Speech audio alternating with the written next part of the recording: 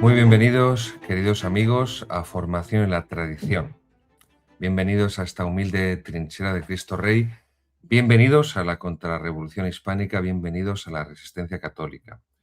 Damos inicio a la primera sección, a nuestra sección Credo, Compendio de la Fe Católica, el comentario del Catecismo de Monseñor Atanasio Schneider, publicado por nuestros amigos de Luz de Trento. Y estábamos concluyendo, vamos a repasar un poco desde el último programa, estábamos concluyendo la parte introductoria de la moral. Recordad que estamos en la segunda parte del catecismo. La primera es el credo, la lex credendi, y la segunda parte del catecismo de Monseñor Schneider es la moral, la lex vivendi, Y ahora vamos a dar, vamos a finalizar esa sección introductoria de la moral. A ver, ¿dónde lo tengo aquí? La lex vivendi, la moral, el buen obrar. Entonces, esa segunda parte de la moral, que comenzaba con esa explicación cristiana en general de la moral, con los principios generales de la moralidad, hemos estado viendo las virtudes cardinales, las virtudes teologales, pecado venial, pecado mortal. Hemos estado explicando también los 7 pecados capitales, y ahora concluimos con la tentación. Y acto seguido pasamos a explicar los 10 mandamientos de la ley de Dios. Así que segunda parte, número 318. El combate contra la tentación. ¿Cómo podemos combatir la tentación? Primero, desconfiando de nosotros mismos y poniendo toda nuestra confianza en Dios. Cuando tenemos tentaciones, lo más imprudente es confiar en nuestra fuerza, en nuestras fuerzas, confiar en nuestra virtud y pensar que nosotros somos capaces de dominar la tentación por nosotros mismos, con nuestras solas fuerzas, con nuestra sola inteligencia. Y lo primero que tenemos que hacer siempre es tener esa conciencia muy viva de nuestra debilidad, de nuestra limitación, de nuestra pobreza, de nuestra inclinación, en definitiva, nuestra inclinación al pecado, el fomes peccati, la concupiscencia, en definitiva, la concupiscencia, que no es pecado, pero que proviene del pecado y conduce al pecado. Segundo, llevar una vida de oración y de unión con Dios. Una cosa es rezar y otra cosa es llevar una vida de oración. Esto es importante que tengamos clara esta distinción. Una cosa es rezar y otra cosa es una vida de oración. Por poner un ejemplo que nos pueda ayudar, una cosa es una persona que de vez en cuando hace ejercicio o que de vez en cuando come sano, pero habitualmente no lo hace. Y otra cosa es una persona que habitualmente vive una vida en la que procura comer sano, y en la que procura hacer ejercicio. Creo que la diferencia es fácilmente comprensible. Pues eso es la vida de oración. Una cosa es rezar de vez en cuando y otra cosa es que nuestra vida esté movida por la oración, que nuestra vida esté envuelta en oración, que nuestra vida esté alimentada por la oración. Tercero, evitar la ociosidad, ociosidad, porque el ocio es madre de todos los vicios. Y esto implica también, esto pasa por saber descansar, porque muchas veces no sabemos descansar y cuando descansamos, pues como que bajamos la guardia y por ahí pues nos entra la tentación y en muchas ocasiones pues consentimos también entre el pecado. Así que hay que evitar la ociosidad. ¿Cómo se evita la ociosidad? Aprovechando el tiempo. Un buen cristiano pues no puede decir me aburro. No puede aburrirse un buen cristiano, porque nuestro tiempo es un regalo de Dios para santificarnos, para darle gloria y para salvar almas. Entonces tenemos que aprovechar siempre el tiempo en obras buenas, en obras de salvación. Y eso no significa que estemos todo el tiempo, entre comillas, entendedme, el tiempo libre rezando, pero hay muchas formas de no estar ociosos y de estar haciendo el bien y de estar, pues, en definitiva, trabajando para la vida eterna. 4. Conocer nuestro lado débil y nuestra pasión dominante. Eso es muy importante. Nuestro lado débil y nuestra pasión dominante, saber dónde nos aprieta el calzado, saber cuál es nuestro pecado dominante, la inclinación más fuerte que tenemos. En uno será la envidia, en otro será la pereza, en otro será la lujuria, en otro será la gula. Por eso también era tan importante explicar con detenimiento los pecados capitales, porque por ahí se ramifica la tendencia pecaminosa mayor que tiene cada uno, dependiendo de su psicología, de su temperamento, de sus circunstancias. 5. Cuidarnos de las tentaciones que se presentan como virtudes. Y 6. Esto es muy sutil, el del demonio se presenta como ángel de luz y nos presenta lo malo como bueno y también lo bueno como malo. Y 6. Evitar situaciones en las que nuestros sentidos externos pueden verse sobrepasados. Bueno, esto tampoco hace falta explicarlo mucho, ya nos entendemos todos, ¿no? 319. ¿Qué debemos hacer durante la tentación? Primero, remover la causa, si es posible, y desviar nuestra mente de los malos pensamientos. Luego, ofrecer una resistencia serena pero firme, implorando la ayuda de Dios y de la Santísima Virgen. Según sea necesario, debemos huir de aquel lugar o cambiar de escenario y ocuparnos en alguna tarea. El padre Rollo Marín, que aparte de un santo, era un grandísimo teólogo tomista español del siglo XX, el padre Rollo Marín explicaba en una ocasión que cuando tenía tentaciones de impureza, lo que hacía era mentalmente se ponía a repetir todas las capitales de provincia de España. Y decía que cuando llevaba ya 9, 10, se le había olvidado la tentación. Muchas veces es simplemente esto, poner la mente a trabajar en otra cosa, porque a veces si combatimos la tentación de frente, al fin y al cabo nos acabamos, por decirlo de alguna manera, nos acabamos abrazando, abrazando a ella, aunque no sea más que, aunque sea luchando contra ella, pero es lo que ocurre muchas veces en la lucha, ¿no? Que se agarra, que te tienes que agarrar. Yo, por ejemplo, en un combate de boxeo, hay ocasiones en las que los boxeadores se agarran, luego viene el árbitro y los separa. Bueno, pues tenemos que también tener muy, muy claro que muchas veces la mejor forma de luchar contra la tentación es huir de ella. Y en el caso de los pecados de pensamiento, pues muchas veces es muy bueno poner a la mente a ocuparse en otros pensamientos. Y, y como nos dice Monsignor Snyder, pues evitar huir de los lugares, de los escenarios. Por ejemplo, si sé que voy a estar con una persona o con un grupo de personas que van a estar criticando y despellejando sin piedad y con un ánimo envidioso y demás, pues huir de esas personas. Si voy a estar con otra persona que pues que me va a contagiar su desconfianza en Dios y su tristeza y me va a suponer pues que salga de la conversación con esa persona hundido, desanimado, pues también. 320. ¿Qué debemos hacer si la tentación persiste? Entonces es mejor no prestarle atención, sino tratarla con desprecio, lo que os decía del padre Rollo Marín. Repetir las capitales de provincia mentalmente. Esta es especialmente la regla a seguir cuando se es tentado contra la fe, la castidad y la caridad. 321. ¿Qué debemos hacer después de haber sido tentados? Si se ha ganado la batalla, debemos agradecer humildemente a Dios. No ponernos nosotros medallas. Mira qué bien, que he podido contra la tentación del diablo, del demonio, del mundo, de la carne. No, no, no, no. Si se ha ganado la batalla, debemos agradecer humildemente a Dios. Gracias, Señor, porque me has dado tu gracia, tu fuerza, tu vida divina para poder luchar y vencer contra esta tentación. Si la batalla se ha perdido, debemos, es decir, si se ha pecado, si se ha consentido en el pecado, en la tentación, debemos humillarnos, liberarnos de las consecuencias del pecado y arrepentirnos como hijos de un Padre misericordioso, haciendo, por ejemplo, el acto de contrición.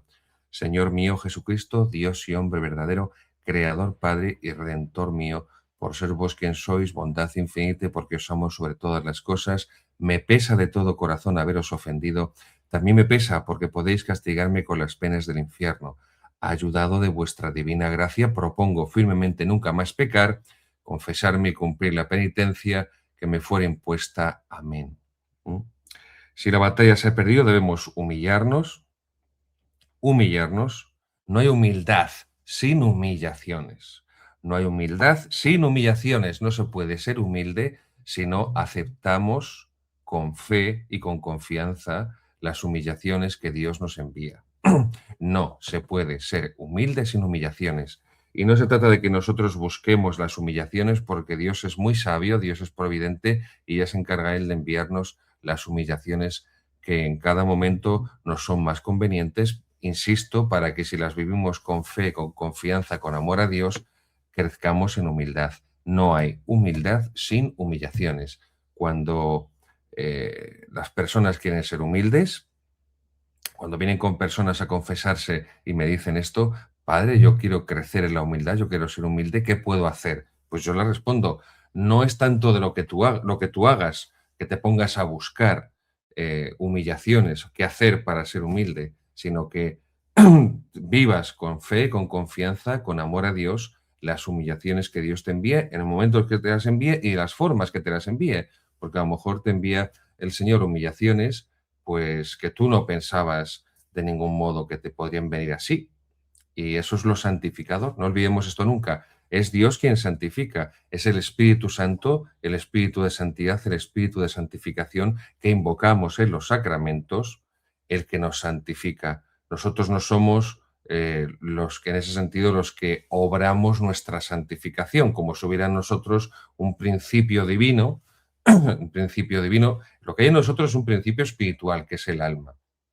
Pero el alma no es per se, no es divina en sí misma. Esto tenemos que tenerlo muy claro. El alma en sí misma no es divina, ¿de acuerdo? Los demonios son espíritus puros.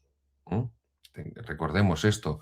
Luego nosotros no tenemos como la potestad, la posibilidad de santificarnos a nosotros mismos. Es Dios quien nos santifica. Por eso tenemos que abrazar con humildad y con confianza y con amor al Señor las humillaciones que Él nos envía a lo largo de nuestra vida, de la forma que Él dispone cuando Él crea conveniente, para que ofreciéndoselas a Dios, pidiéndole su fuerza para vivirlas y para abrazarnos a esas humillaciones, entonces sí, de ese modo, de esa forma, de esa manera, podamos crecer en humildad. 322. ¿Qué pasa si tenemos dudas sobre si hemos pecado o no? Si la victoria permanece en duda, no deberíamos volver a pensar en ella en absoluto. No tenemos que estar perdiendo tiempo en estas cosas. También es verdad. Cuando los soldados van a la guerra, y mi abuelo estuvo en la guerra y sabía lo que era la guerra y me contaba batallitas de pequeño, no le gustaba, pero yo le insistía mucho porque de pequeño quería ser militar y me contaba pues eso, que en una guerra no te pones a mirar si el uniforme está manchado, si el uniforme se te ha arrugado, si el uniforme se te ha roto, ¿no? Pues muchas veces en la vida espiritual nos ocurre esto, que perdemos tiempo miserablemente, hacemos una reflexión ombliguista, nos miramos a nosotros mismos sin parar para ver si esto sí, si esto no. Tenemos que tener la mirada puesta en Dios nuestro Señor, tenemos que tener la mirada puesta en Dios, no en nosotros. Si la victoria permanece en duda, no deberíamos volver a pensar en ella en absoluto. Si continuamos sintiendo cierta repugnancia ante la tentación e implorando la ayuda de la gracia durante la batalla, más bien deberíamos estar persuadidos de que no hemos pecado.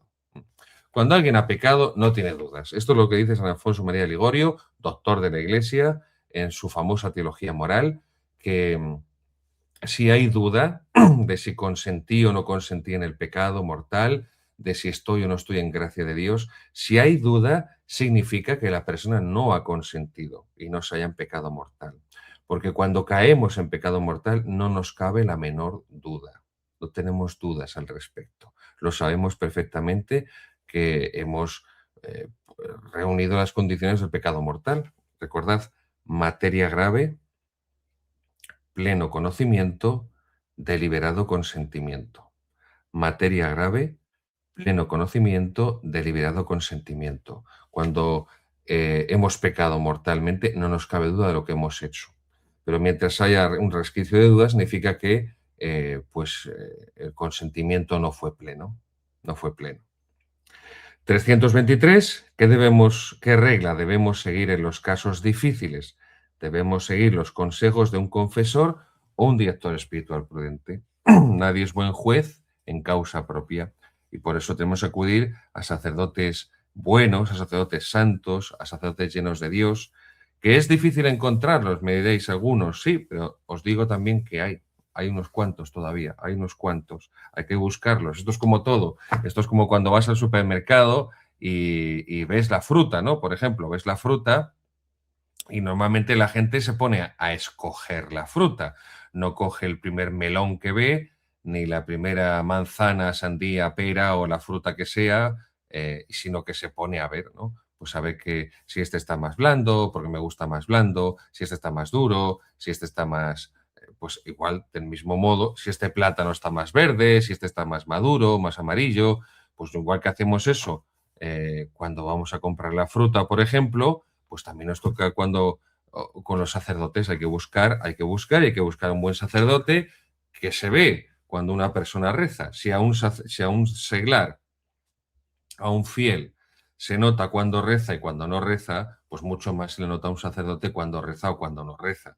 Entonces hay que acudir a sacerdotes que se note que rezan, que tienen vida de oración, por supuesto que predican la fe de la Iglesia Católica y que además pues que tengan una buena formación. No hace falta que sean catedráticos, pero hay muy buenos sacerdotes que sin ser catedráticos, porque no hace falta en absoluto, tienen una buena formación y entonces pueden guiarnos y pueden iluminarnos en el sacramento de la confesión cuando les abrimos nuestra alma, pues para que puedan ayudarnos a comprender, a discernir, a ver lo que nosotros, pues por nuestra eh, limitación, no alcanzamos a ver bien.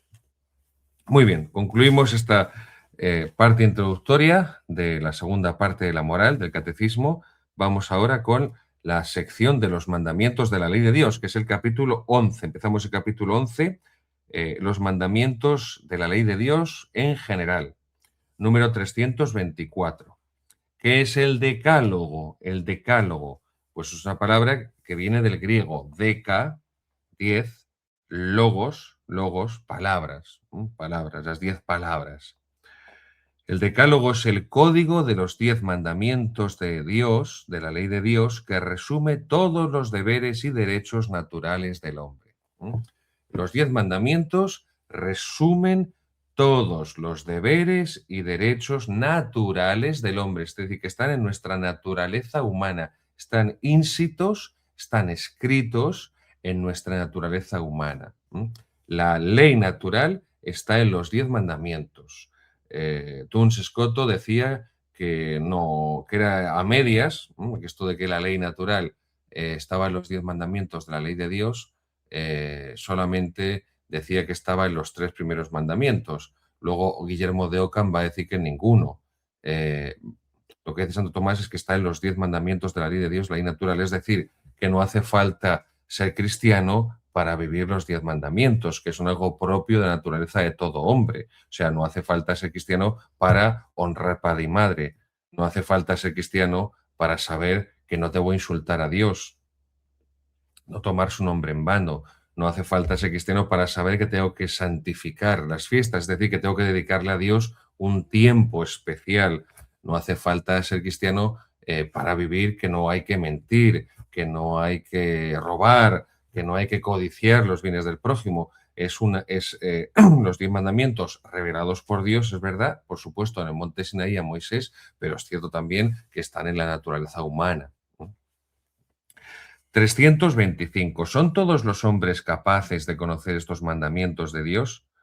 Dice Snyder. En principio sí, porque son un resumen de la ley natural, que el hombre la conoce por su propia naturaleza.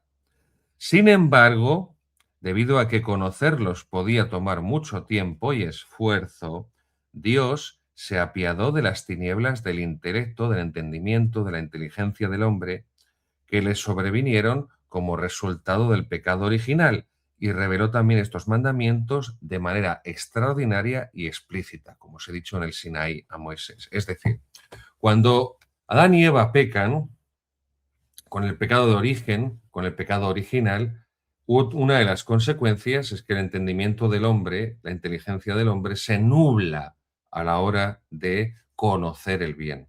Y como se nubla a la hora de conocer el bien, pues eso tiene repercusiones a la hora de obrar el bien.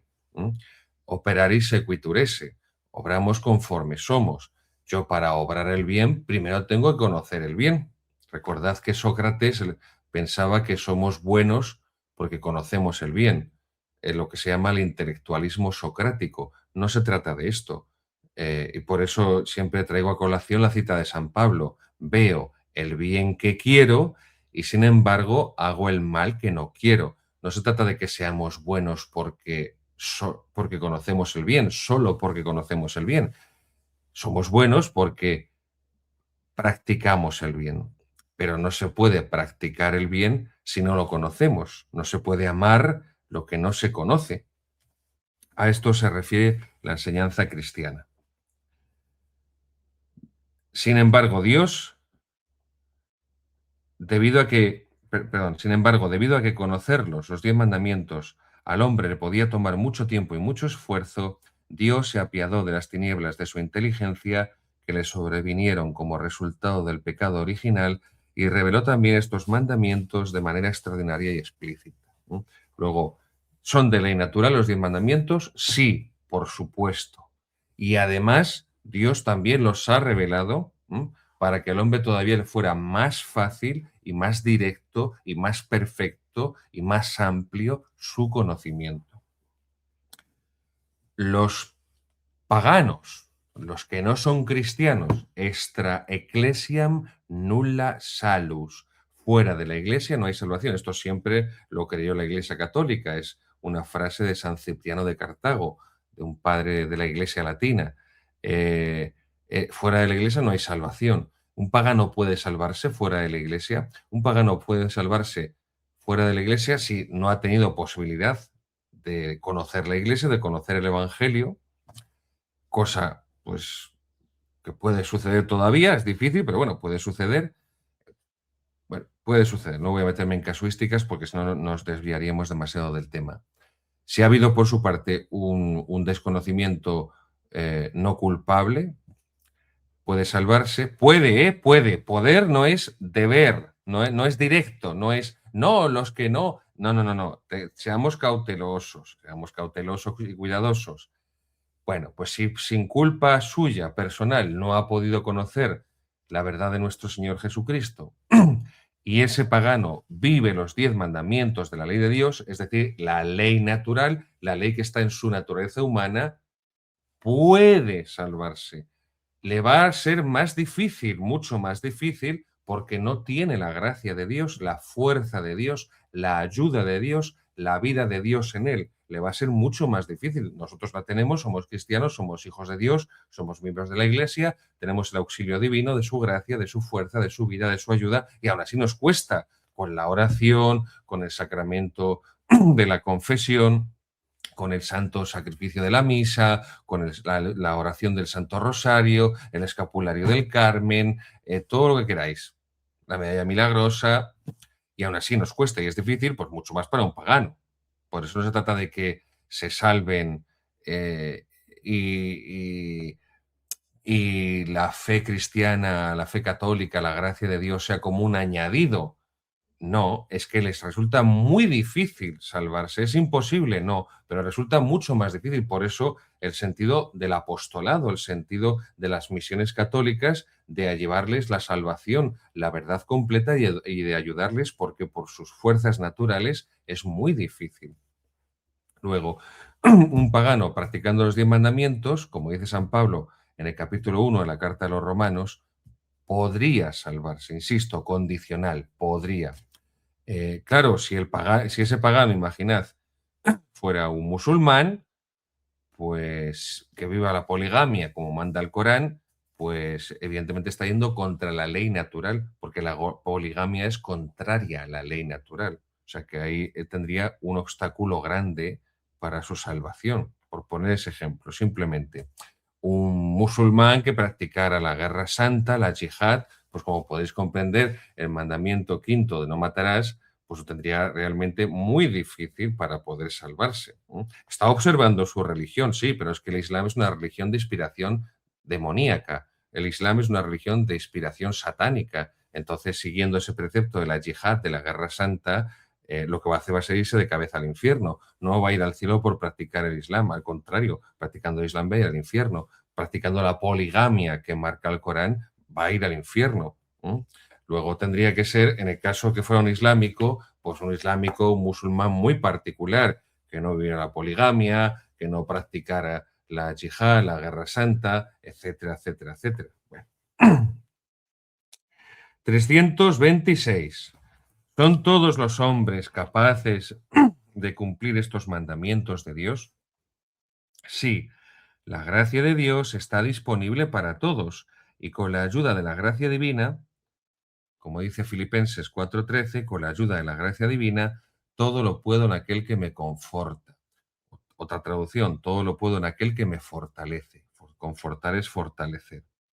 La Iglesia enseña infaliblemente en el Concilio de Trento el decreto de la justificación, que es la sesión sexta, el canon 18, dice la Iglesia en el Concilio de Trento, si alguno dijere que es imposible al hombre, aún justificado y constituido en la gracia, observar los mandamientos de Dios, sea anatema. ¿Por qué dice esto Trento? Porque esto lo dijo Lutero. Lutero afirma que el sexto mandamiento y el noveno son incapaces de cumplirse, que el sexto y el noveno mandamiento son imposibles. Son imposibles de vivir. Esto lo dice Lutero tal cual.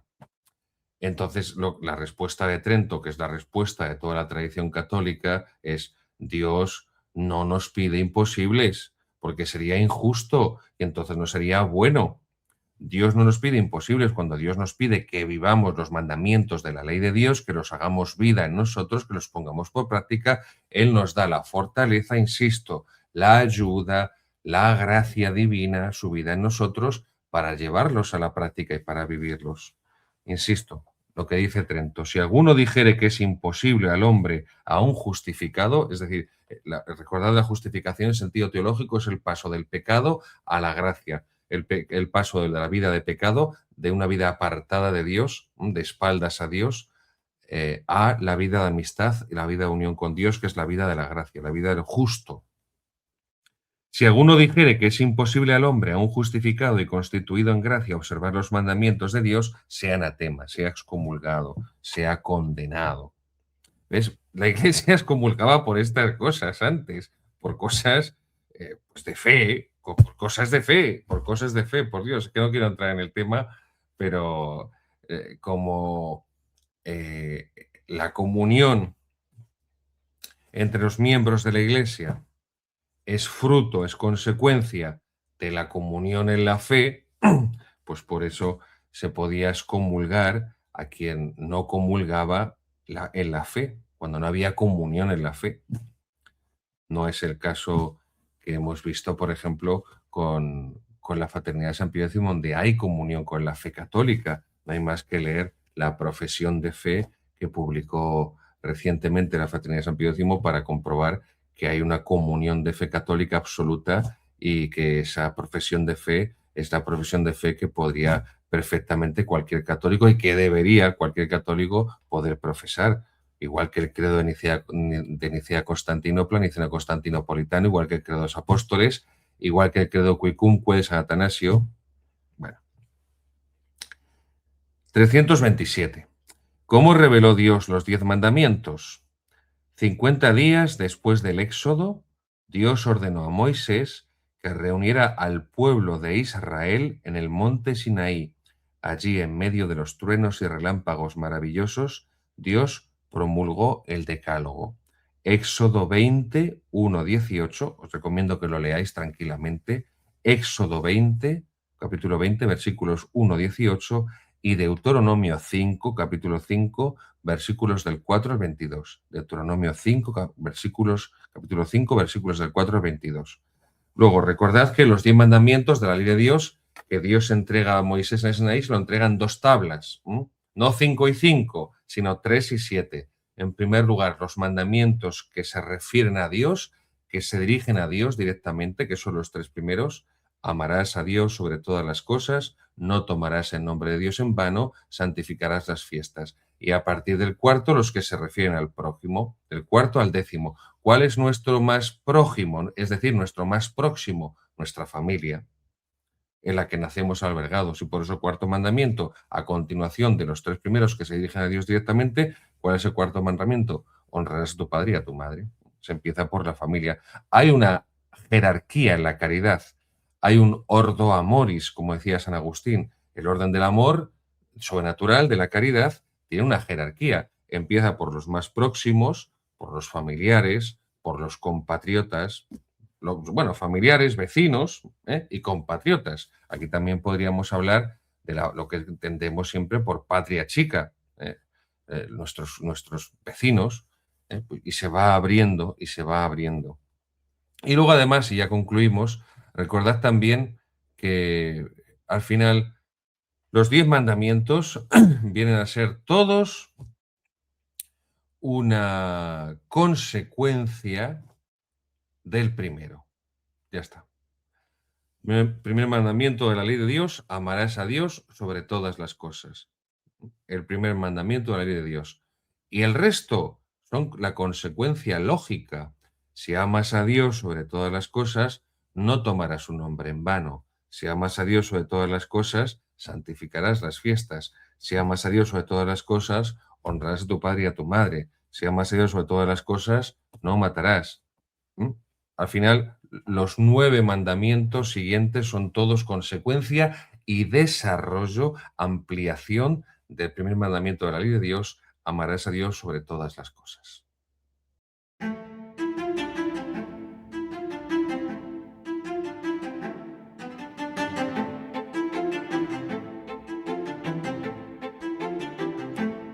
Segunda sección de formación a tradición, teología mariana. Teología mariana. Recordad las obras que estoy utilizando para esta síntesis teológica sobre la Santísima Virgen María. La obra, la Virgen María, es que con la luz me hace reflejo, la Virgen María, del padre Rollo Marín, de la editorial Bach. La Virgen María, teología y espiritualidad marianas, ¿ok?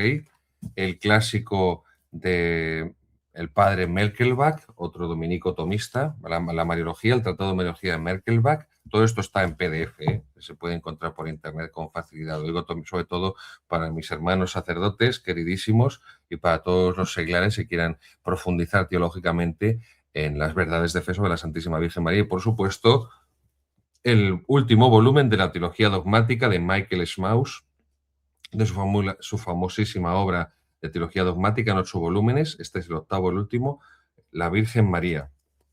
Recordad que Michael Schmaus fue profesor de Joseph Ratzinger, que fue el que le suspendió la tesis de habilitación por modernista. En Alemania hay que hacer, aparte ya de la tesis doctoral, para poder iniciar la docencia en una universidad, tienes que hacer una tesis de habilitación. Bueno, pues esto lo cuenta él en sus memorias, en el libro de mi vida, de la editorial Encuentro.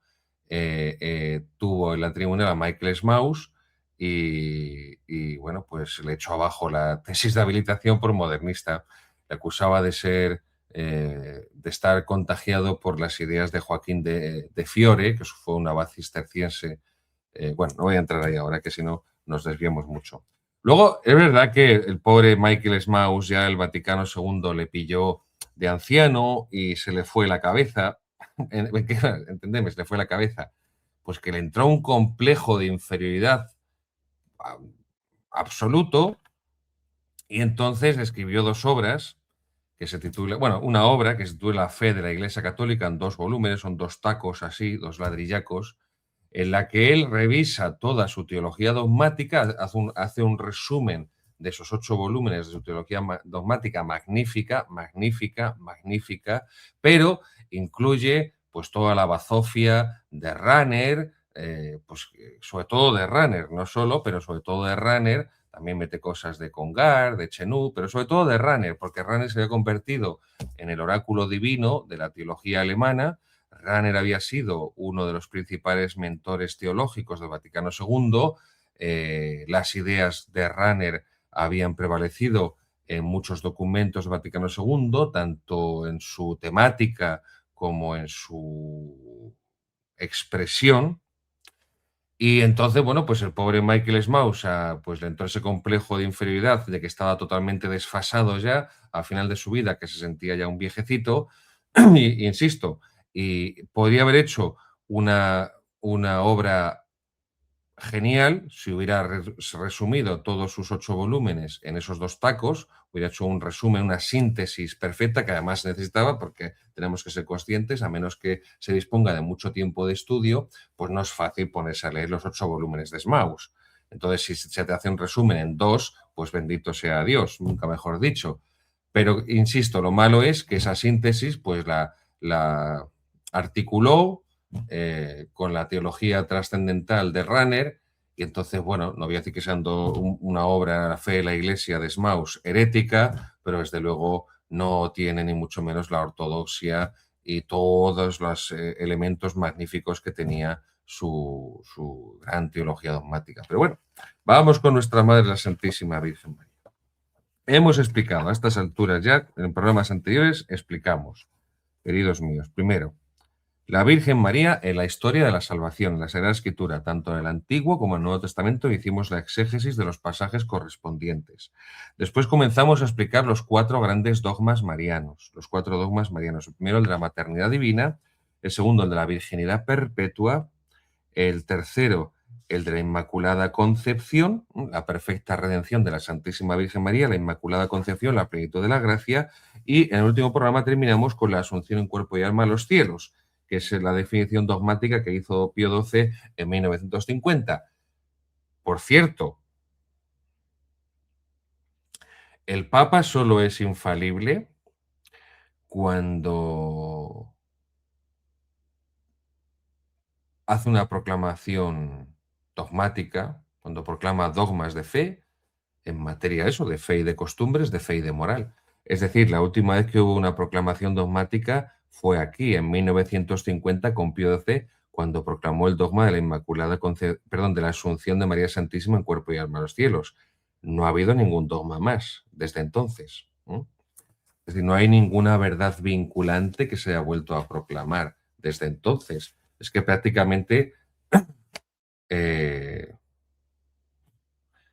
no quiero ser simplista, entendedme, queridos míos, no quiero ser simplista, no quiero ser eh, superficial, pero es que ya está todo. Es decir, es decir, lo he dicho otras veces, pero es bueno que lo recordamos, que lo recordemos. En teología espiritual, en espiritualidad, tenemos que ser humildes. Y eso implica que se ha tocado techo. En espiritualidad se ha tocado techo.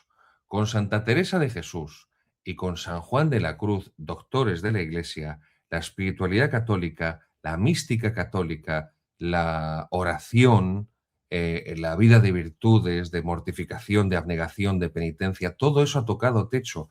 Y desde entonces los autores que han venido detrás, grandes autores espirituales, no han aportado, entendedme, no han aportado nada nuevo.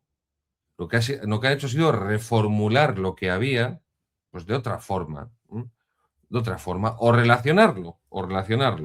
Pero ya está. Es decir, en espiritualidad se ha tocado techo con Santa Teresa de Jesús y San Juan de la Cruz. Seamos humildes y aceptemos esto. Aceptemos esto. Dudo mucho que vengan otros santos místicos que sean capaces de expresar lo que expresaron en sus escritos Santa Teresa de Jesús y San Juan de la Cruz, y por eso la Iglesia nos declaró doctores de la Iglesia.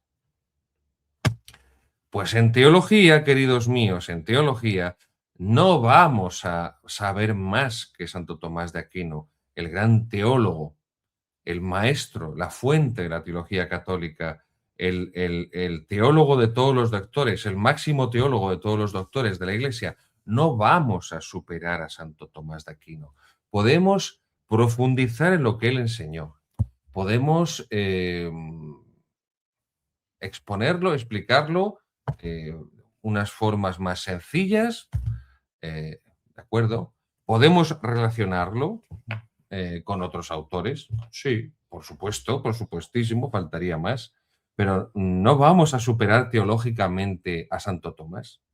No digo que la teología se acabe con Santo Tomás, no, no me entendáis mal, por favor. Digo que ha tocado techo, igual insisto que la espiritualidad, se ha tocado techo.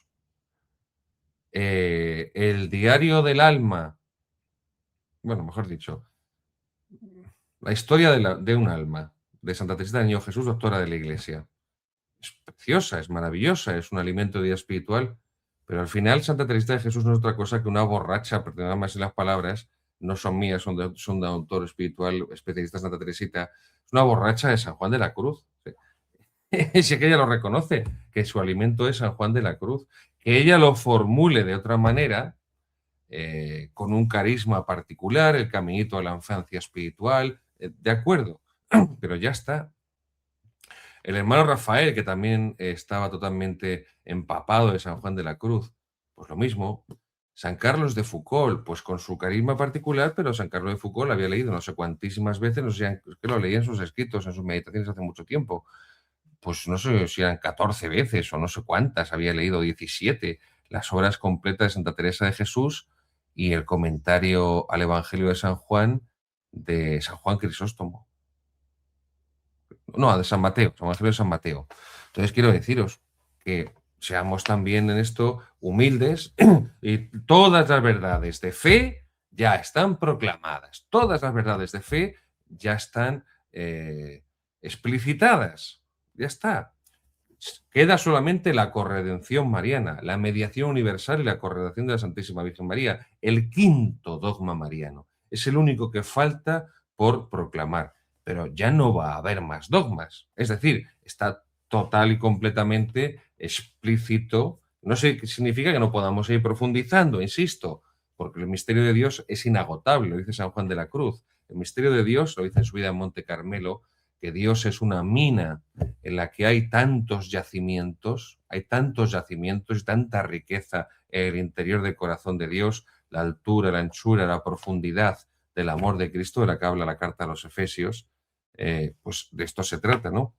Pero que la última definición dogmática, la última proclamación de un dogma, la última vez que un papa habló ex cátedra, la última vez que un papa habló ex cátedra fue con Pío XII en 1950 en la proclamación del dogma de la Asunción de María Santísima del Cuerpo y Alma a los cielos. Que no se nos olvide esto.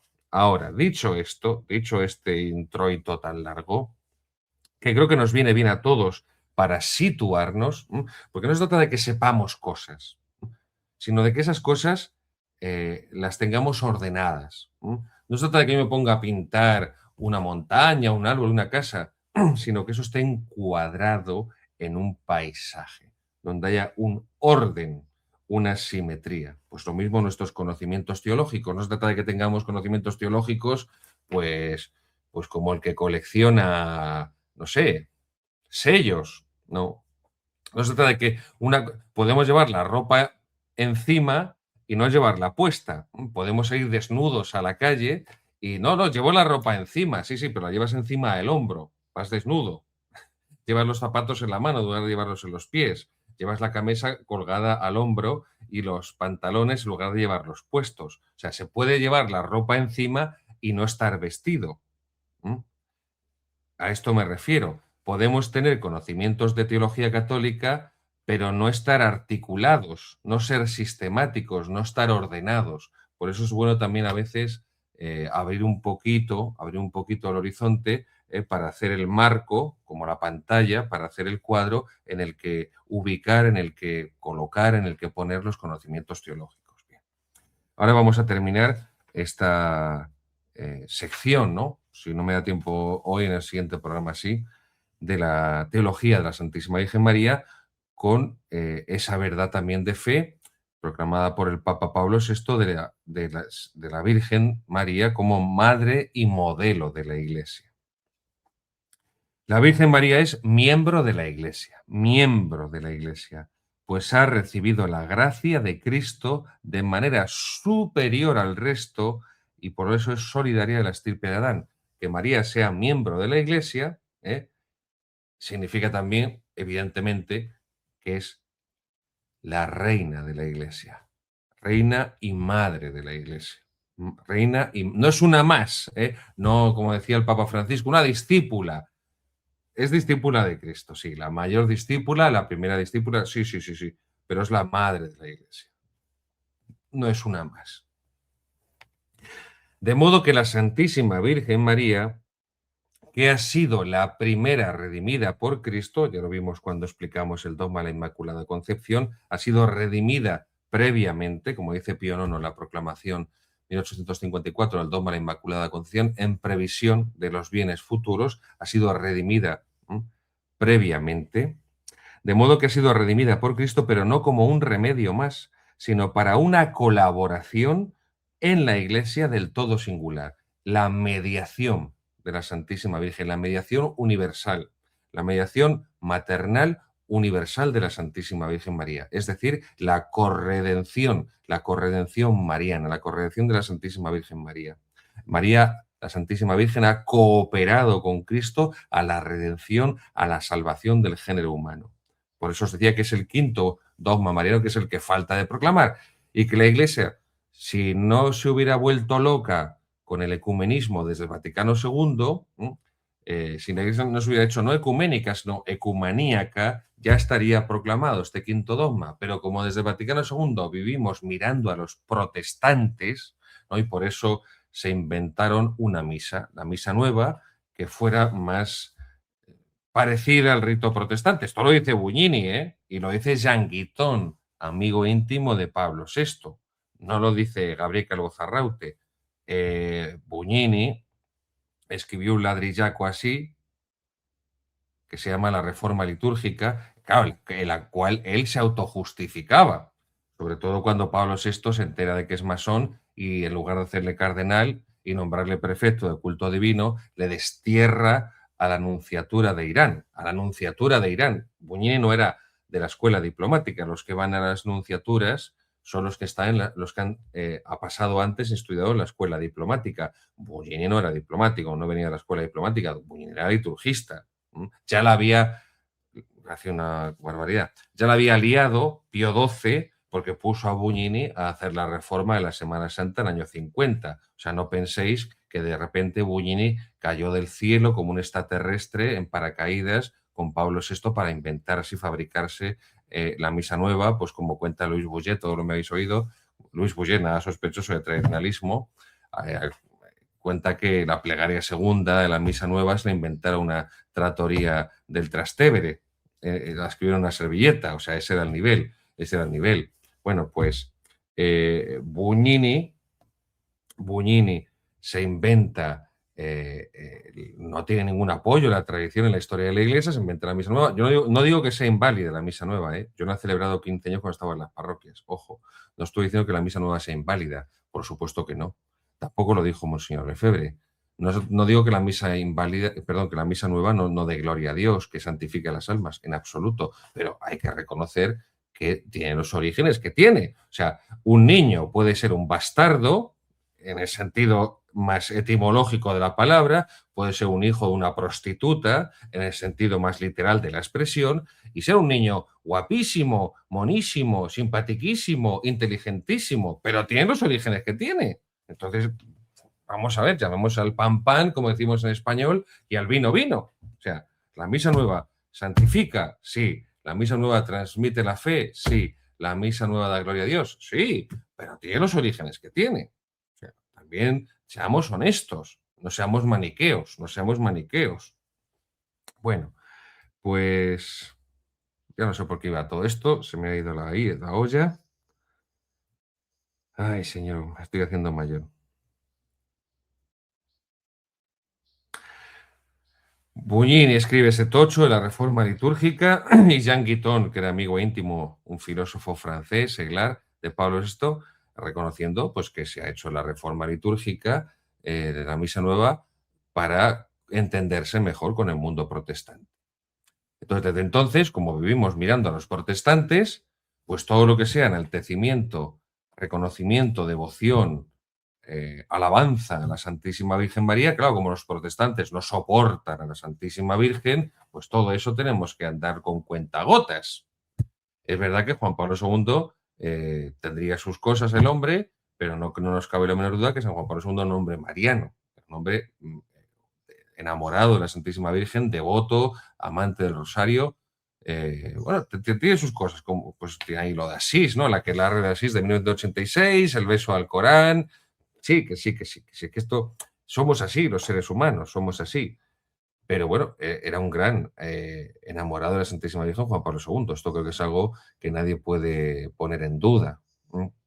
Y Juan Pablo II, pues no escatimó nunca sus muestras de amor y devoción a la Virgen, y así lo hizo en la Iglesia, y hay un florecimiento, eh, bueno, un florecimiento después de la hecatombe del concilio, pues digamos que con Juan Pablo II empieza a recuperarse, por decirlo de alguna manera, un poco la devoción mariana, y empieza a recuperarse. Pero esto es muy importante que lo tengamos. Yo siempre lo digo, no entiendo por qué alguien tan mariano como Juan Pablo II, que llevaba en su escudo papal el escudo de San Luis María Griñón de Montfort, el gran apóstol de la esclavitud de la Santísima Virgen María, el gran apóstol de la Virgen, no sé por qué no le hizo doctor de la Iglesia, por qué no proclamó a San Luis María Griñón de Montfort doctor de la Iglesia, y por qué él no proclamó el quinto dogma mariano de la corredención. No lo entiendo. Pesó más el ecumenismo.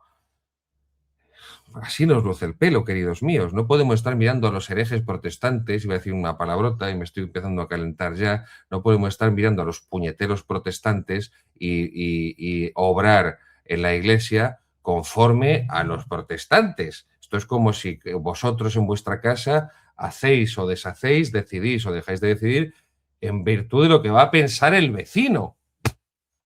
El vecino que piense lo que le dé la gana. Ya está.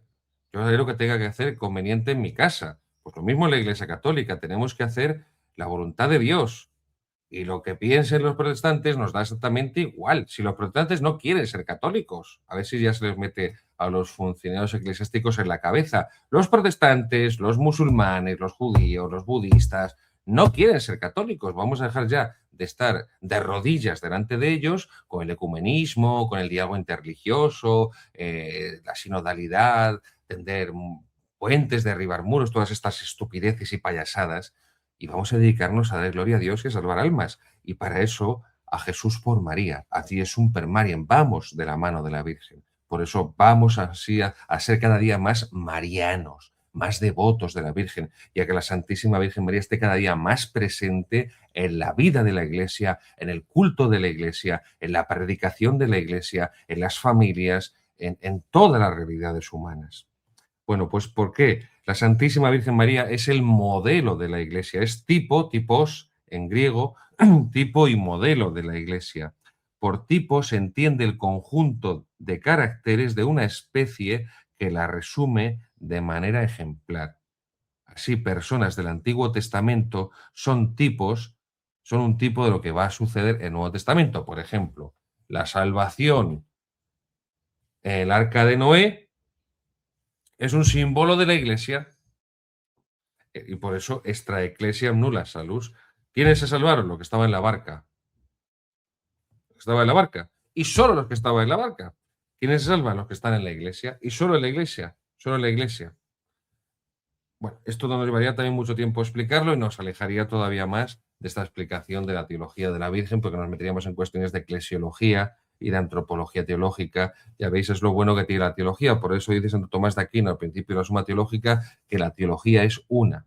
Es verdad que gracias a Santo Tomás de Aquino, como él lo ordenó todo tan bien en la Suma Teológica, como es tan ordenado, como es tan sistemático, como es tan claro, pues gracias a la Suma Teológica, cuando se impone la Suma Teológica como manual de estudio, y eso empieza por la Universidad de Salamanca en España con el gran Francisco de Vitoria, de ahí van a surgir las asignaturas.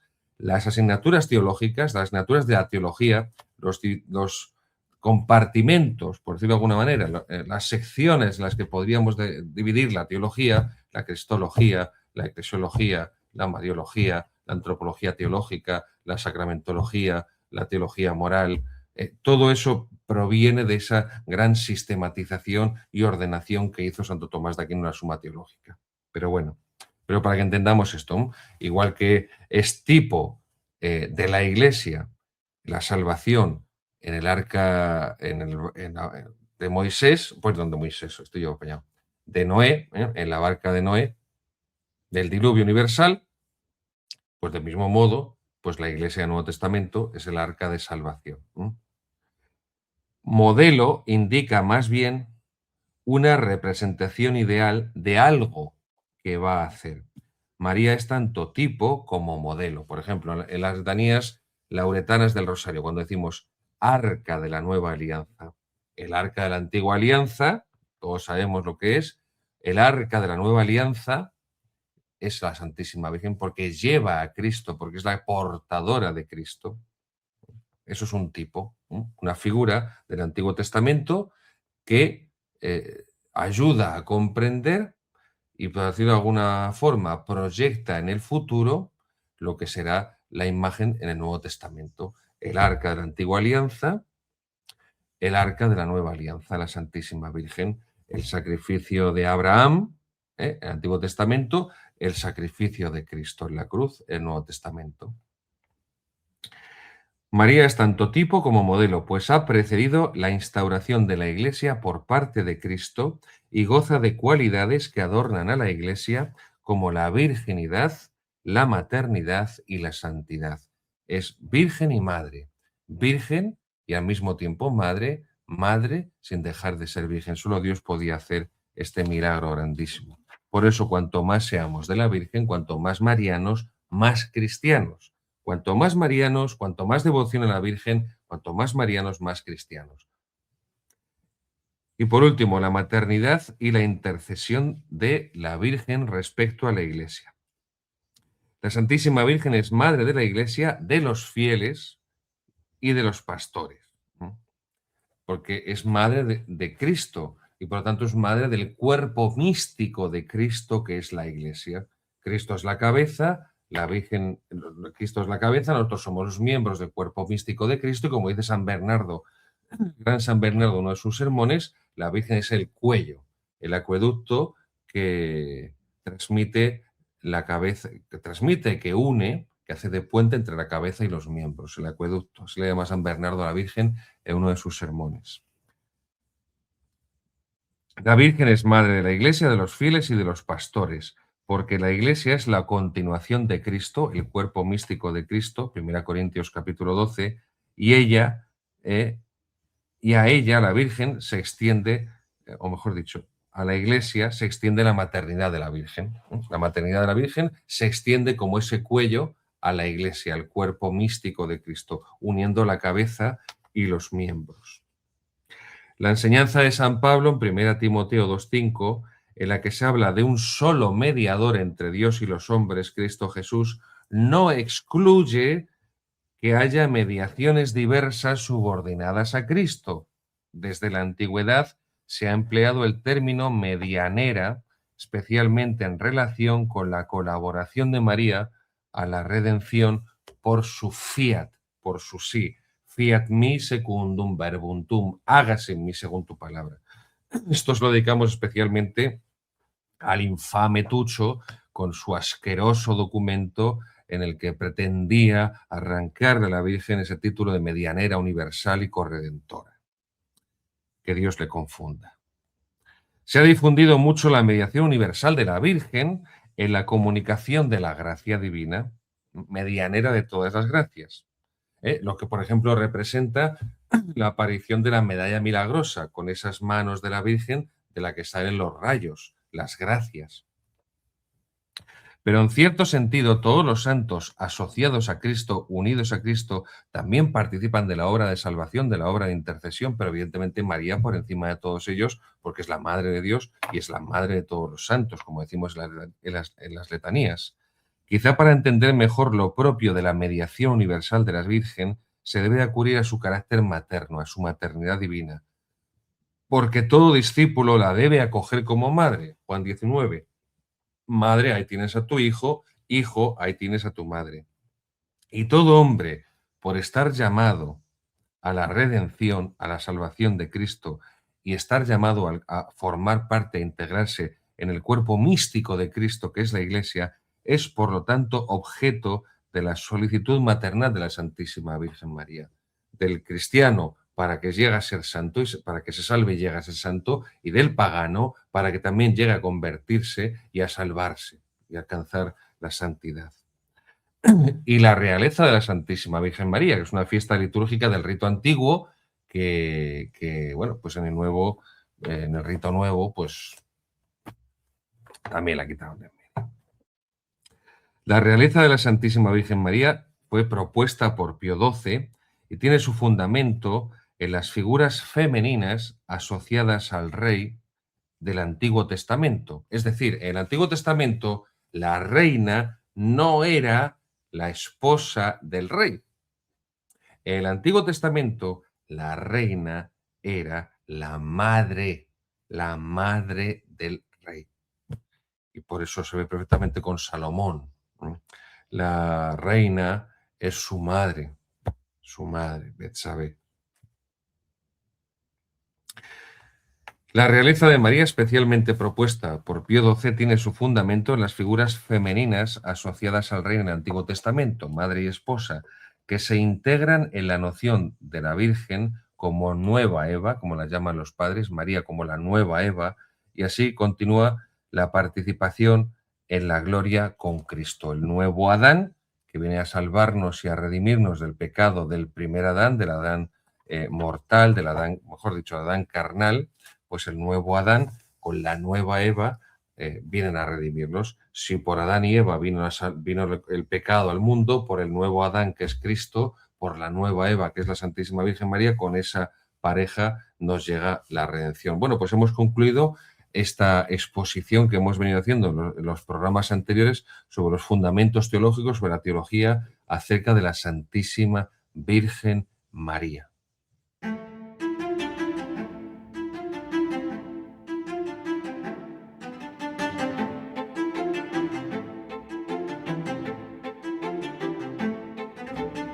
Tercera sección de formación y la tradición, catequesis sobre la misa tradicional. Recordad que estábamos concluyendo la primera parte de la misa, la liturgia catecumenorum, que concluye con el credo. Estábamos precisamente, pues esto, explicando el credo. En el programa anterior íbamos explicando, fue crucificado, muerto y sepultado, padeció y fue sepultado, y hoy vamos a explicar la parte resucitó al tercer día. Si nos da tiempo, pues seguiremos hacia adelante con el Espíritu Santo. Creo en el Espíritu Santo. Jesucristo ha querido, por medio de su muerte, de su sacrificio en la cruz, librarnos del pecado y por su resurrección resucitar nuestras almas a la gracia de Dios, a la vida de Dios. Recordemos, la redención es, o mejor dicho, la resurrección es consecuencia de la pasión, ¿vale? La resurrección es consecuencia de la pasión. El fruto de la pasión es la resurrección. La teología progresista, liberal, modernista, la Nouvelle Théologie, la teología nueva, esto del misterio pascual, que es una cosa que a mí siempre me rechinó desde que empecé a oírlo cuando entré al seminario, todo el misterio pascual, Odo Kassel, estas cosas así que tienen un resabio, un reguste neoplatónico en el fondo. Pues si os dais cuenta, la teología nueva tiende a olvidarse de la pasión, a olvidar la crucifixión y a quedarse solo en la resurrección. Y por eso, por desgracia, lo vemos en muchas iglesias modernas que hay imágenes o hay una imagen del resucitado. A ver que me coloco bien. Estoy intentando colocarme bien la sotana, pero no me lo consigo poner bien. Vemos que hay imagen, pues yo he visto muchas iglesias nuevas, ¿no? Pues hay una imagen grandísima del resucitado, pero no hay apenas ninguna del crucificado. Se tiene horror a la pasión de Cristo, en el fondo se tiene horror. Es lo que dice San Pablo, son enemigos de la cruz de Cristo. Son enemigos de la cruz de Cristo. Su Dios es su vientre y su gloria sus vergüenzas. San Pablo lo dice en el contexto de los judíos. Su Dios es su vientre, porque solo piensan en no comer alimentos impuros, y su gloria son sus vergüenzas, porque se piensan que van a ser salvados porque han sido... no me sale la palabra ahora, el verbo. Han sido...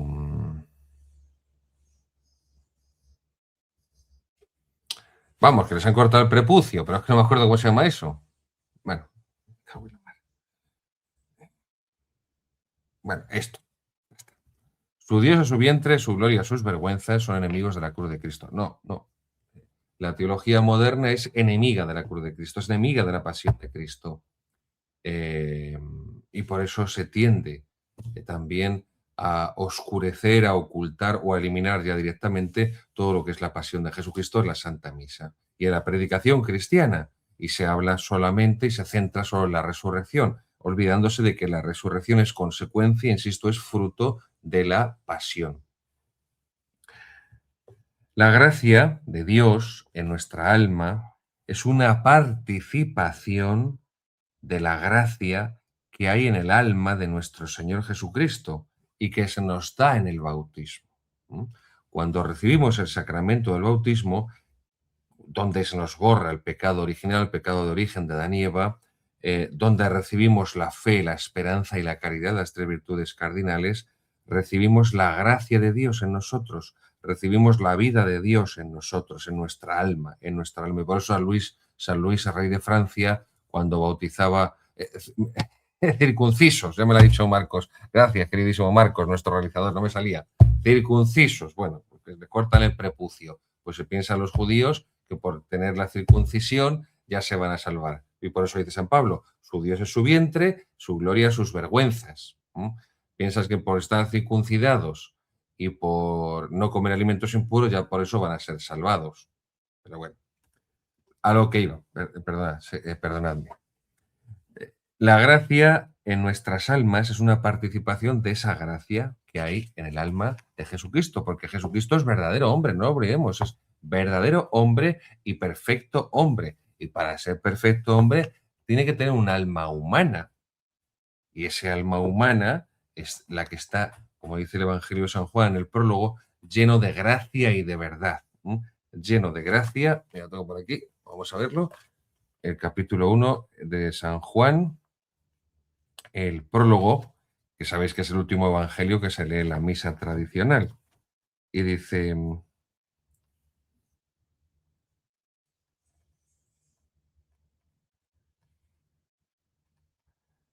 porque la ley fue dada por Moisés, la gracia y la verdad vinieron por Jesucristo. La gracia y la verdad vinieron por Jesucristo. Por Jesucristo. Pues bien, nuestra alma es como una especie de barquito, una barquita en mitad de las olas del mar, que es lo que está representada por nuestra carne. Nuestra carne, pues que tira de nosotros hacia abajo, hacia el pecado, hacia lo material, hacia lo carnal, hacia lo mundano, hacia lo terreno. Bueno, pues nuestra carne pecadora, pues tira muchas veces de nosotros y tiene que morir al pecado nuestra carne. Tenemos que morir al pecado, crucificar nuestra carne. Como dice San Pablo, crucificar nuestra carne con Cristo para que la vida del alma, la vida espiritual, la vida de Dios reine sobre la carne, reine sobre el cuerpo. Es decir, someter el cuerpo, someter lo corporal a lo racional y lo racional a lo divino. El cuerpo se somete, se subordina a la razón, y cuando digo cuerpo estoy incluyendo también los sentimientos tienen que estar sometidos a la razón, subordinados a la razón. Nuestra racionalidad, que es lo que lo que nos hace humanos, lo que nos diferencia de los animales, nuestra alma racional no puede estar a merced del vaivén efímero, pasajero de los sentimientos. No podemos estar sometidos a nuestros sentimientos, no podemos estar esclavizados a nuestros sentimientos. No digo que sean malos los sentimientos, son queridos por Dios. Jesucristo tenía sentimientos, lo vemos en el Evangelio. Cuando muere su amigo Lázaro, llora, llora. Cuando ve a los niños, se alegra y los bendice. Cuando llega la muchedumbre, se compadece porque están como ovejas sin pastor y hace la multiplicación de los panes y los peces para darles de comer. Cuando ve al ciego de nacimiento, al leproso, a la viuda de Naín que iba camino para enterrar a su hijo, se conmueve, se conmueve. Cuando se encuentra con el joven rico, dice la traducción del latín, intuitus eum dilexit eum. Intuitus eum, entrando en él, dilexit eum, le amó. ¿m? Es decir, no es solamente que le miró, la traducción española es muy pobre, dice, le miró con amor. La traducción latina, que es más original al texto griego primitivo, intuitus eum, entrando en él. Es decir, la mirada de Cristo le penetró, le perforó, le taladró hasta lo más hondo de las profundidades de su alma y le amó. Pues vemos cómo Jesucristo es verdadero hombre, perfecto hombre, y por eso los sentimientos de Cristo no están castrados. Los sentimientos de Cristo no se los arrancó, pero evidentemente están subordinados, están sometidos a la razón. Y la razón está sometida a Dios por medio de la virtud de la fe, a través de la virtud de la fe. Esta es la jerarquía, queridos míos. Tenemos que tenerla muy clara, porque si no caemos en lo que está hoy tantos grupos neopentecostales en la iglesia, que es en el maldito sentimentalismo. Y todo es sentimiento. Y la misa, la Santa Misa, se convierte en el circo de Manolita Chen porque hay que sentir. Y la oración hay que sentir. Entonces, damos palmas, cantamos, bailamos, nos abrazamos, nos besuqueamos, nos restregamos los unos contra los otros, y me dan ganas de decir zafiedades, en fin, y eso no es la espiritualidad cristiana. Eso no es lo que los santos han vivido. No es eso. Santos no se han puesto a bailar y a cantar y a dar palmas cuando había que estar en silencio, orando a Dios, escuchando a Dios, hablando a Dios de lo más profundo del corazón. Los santos no han vivido estas parafernalias y estos espectáculos lamentables que son un error y un horror, las dos cosas, un error y un horror que estamos viendo en nuestra iglesia actual. Para unirse a Dios por medio de la oración, a través de la oración, hace falta el silencio. Nos lo dice Cristo en el Evangelio. Entra en tu aposento y ora a tu Padre que ve en lo secreto. Y tu Padre que ve en lo secreto te lo recompensará. La oración en silencio. Cuando la Virgen recibe el anuncio del arcángel San Gabriel para que sea Madre de Dios, la Virgen no está cantando y bailando, y no, está recogida en oración, porque así es como recibimos a Dios, en el recogimiento de la oración. Eso no significa que no podamos, que ese recogimiento de la oración sea solamente cuando estamos en el templo, en la iglesia, delante del Santísimo Sacramento. También puede ser en el recogimiento en nuestra casa, incluso yendo por la calle, ¿no? Pues muchas personas que por la calle van rezando el rosario, por ejemplo. ¿eh? Eh, bueno, seamos conscientes de esto. Hay una jerarquía en la vida espiritual, en la vida del ser humano, en la vida cristiana. El cuerpo, con sus sentidos y sus sentimientos, se supedita y se subordina a la razón, y a la razón iluminada por la fe, porque la razón se subordina y se supedita a la verdad que Dios nos ha revelado, que Dios nos ha manifestado por medio de la virtud teologal, de la virtud sobrenatural de la fe, las verdades que Él nos ha revelado, nos ha mostrado. A pesar del bautismo, a pesar de recibir la gracia bautismal, tenemos todavía en nosotros la tendencia al pecado, la concupiscencia, el fomes peccati, la tendencia al pecado. Es un desorden fundamental que no se nos borra en el bautismo para que luchemos contra él. Eso es la ascesis, eso es la vida, el combate espiritual, famosa obra que os he recomendado tantas veces de Lorenzo Scuopoli, una obra clásica, creo que es del siglo XVI, creo, el combate espiritual de Lorenzo Scuopoli. Esto también lo tenéis en PDF. Es un libro de meditación, tipo así, de tipo parecido a la imitación de Cristo, del Kempis. Y es que es esto, la vida espiritual, la vida de santidad, la vida cristiana es una vida de combate. Es una vida de combate contra el mundo, contra el demonio, contra la carne, contra los enemigos del alma. Entonces, tenemos que ser conscientes de que hay un principio en nosotros que es la concupiscencia, insisto, que no es pecado. Lutero decía que la concupiscencia es pecado. Lutero decía que sentir es consentir. Si yo siento una tentación, ya por eso estoy pecando. No. Una cosa es sentir la tentación y otra cosa es consentir a esa tentación. No es lo mismo. No es lo mismo.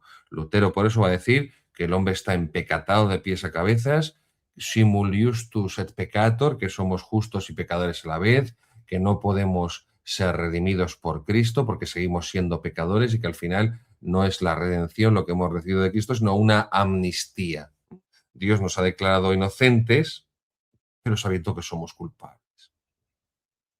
La imagen que pone Lutero de que el hombre es un montón de estiércol, imaginaos un montón de estiércol de las vacas, pero sobre el que ha recaído una nevada, que vendría a ser la gracia de Dios. Entonces, tú lo ves y dices, una montaña de nieve blanca y pura, metesle el brazo y dices, esto es una montaña de estiércol.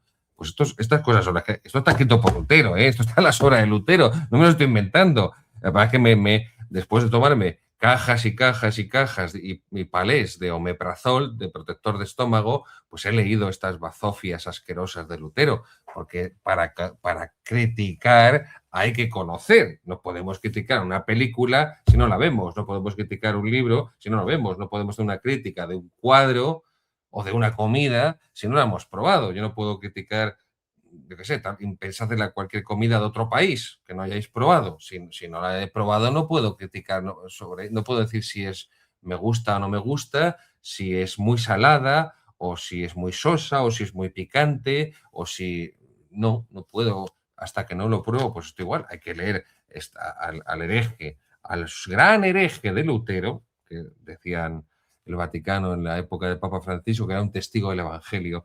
Si es que, queridos, ojo lo que llevamos ya en nuestro cuerpo aguantando, ojo lo que llevamos ya en nuestro cuerpo soportando, y ya la gente está muy cansada, la gente está muy harta ya de tantas herejías en la Iglesia, de tanto compadreo con los herejes, con los inmorales y depravados, con los sodomitas, con las religiones falsas, ya estamos muy cansados de todo esto, estamos muy hartos.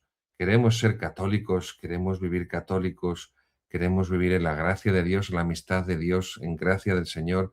Queremos que la Iglesia predique lo que siempre predicó, que enseñe lo que siempre enseñó, que celebre los sagrados misterios como siempre lo hizo la liturgia tradicional, y dejémonos ya de hacer sociología, de repetir las consignas del mundo, de la Agenda 2030, del globalismo. Pero bueno, estamos con la Santa Misa, que se me va la olla. Nuestra carne está manchada, por lo tanto, por las consecuencias del pecado, y por eso nos sale muchas veces hacer antes el pecado que obrar el bien, la virtud, lo que Dios quiere, hacer la voluntad de Dios. Nos resulta más fácil muchas veces, por no decir casi siempre,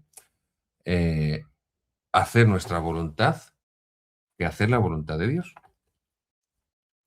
Esa es la razón por la cual tenemos que morir y resucitar al contacto precisamente de nuestras almas santificadas y resucitadas con la gracia de Jesucristo. Morir al pecado, lo que dice San Pablo, morir al pecado para vivir en Cristo Jesús. Morir al pecado para resucitar a la gracia de Dios, a la vida de Dios, a la amistad de Dios, a la unión con el Señor. Y desde ahora Jesucristo está realmente presente en nosotros si nuestra alma está purificada del pecado. Y entonces nuestra alma ha resucitado. Ha resucitado. Jesucristo resucita a un alma cuando la justifica, es decir, cuando la hace pasar del pecado a la gracia, cuando la hace pasar de la vida de pecado, de la vida de alejamiento de Dios, a la vida de amistad y de unión con Dios. Recordad la definición del pecado del maestro de las sentencias de Pedro Lombardo, que era el libro de teología, el manual de teología de la Edad Media, las sentencias, los libros de la sentencia de Pedro Bernardo, no, eso es un pueblo de Ávila, que me equivoco, que estaba yo de párroco en el pueblo de al lado. Las sentencias el libro de las sentencias de Pedro Lombardo, y que Santo Tomás lo va a comentar, y que como esto es un libro pues que está también bastante desordenado, pues Santo Tomás va a escribir la Suma Teológica como un manual de principiantes, como un manual resumido para los seminaristas, unos apuntes para los seminaristas, y lo va a ordenar. Bueno, pues esto es la definición de pecado que va a continuar Santo Tomás de Aquino. Aversio a Deo et conversio ad criaturas. Aversio a Deo, aversión a Dios, dar la espalda a Dios, volverse y dar la espalda a Dios, et conversio ad criaturas, y volverse hacia las criaturas, ¿no? Dar la cara a las criaturas. Pues la conversión es precisamente lo contrario.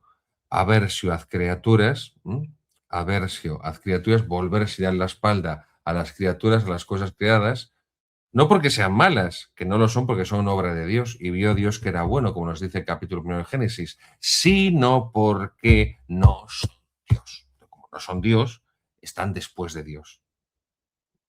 Perdón, están antes que... Sí, bueno, me voy a liar con las preposiciones. Vienen después de Dios. Dios es el primero. Dios es el primero. Aversio ad creaturas et conversio ad creator, ¿vale?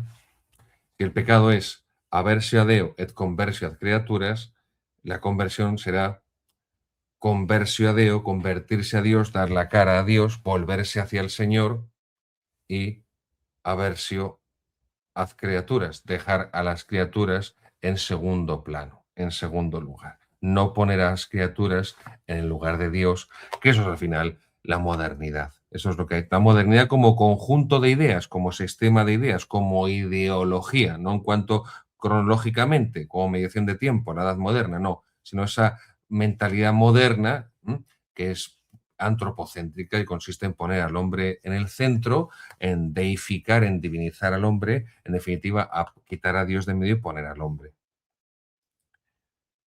Jesucristo está presente en nuestra alma cuando está purificada del pecado, porque entonces ha resucitado nuestra alma.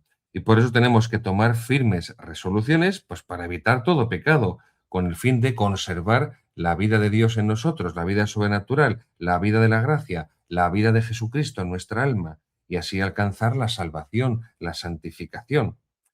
Jesucristo nos da la gracia, y con la gracia nos da la seguridad de que un día también nuestro cuerpo, que está unido a nuestra alma, resucitará al entrar en contacto con el alma de Cristo, con la gracia de la que rebosa el alma de Cristo. Y este es el gran misterio de la vida cristiana. El alma y el cuerpo están hechos para estar unidos. Somos una unión sustancial de cuerpo y alma, y por eso la muerte es la separación del cuerpo y el alma, y la resurrección, por eso la resurrección de la carne, ese gran dogma cristiano, consistirá en que volverá a reunirse el cuerpo y el alma, porque están hechos el uno para el otro. Por eso estas ideas raras de la reencarnación que vienen de Oriente, esto ya estaba en la época antigua con los pitagóricos, en lo que se conocía como la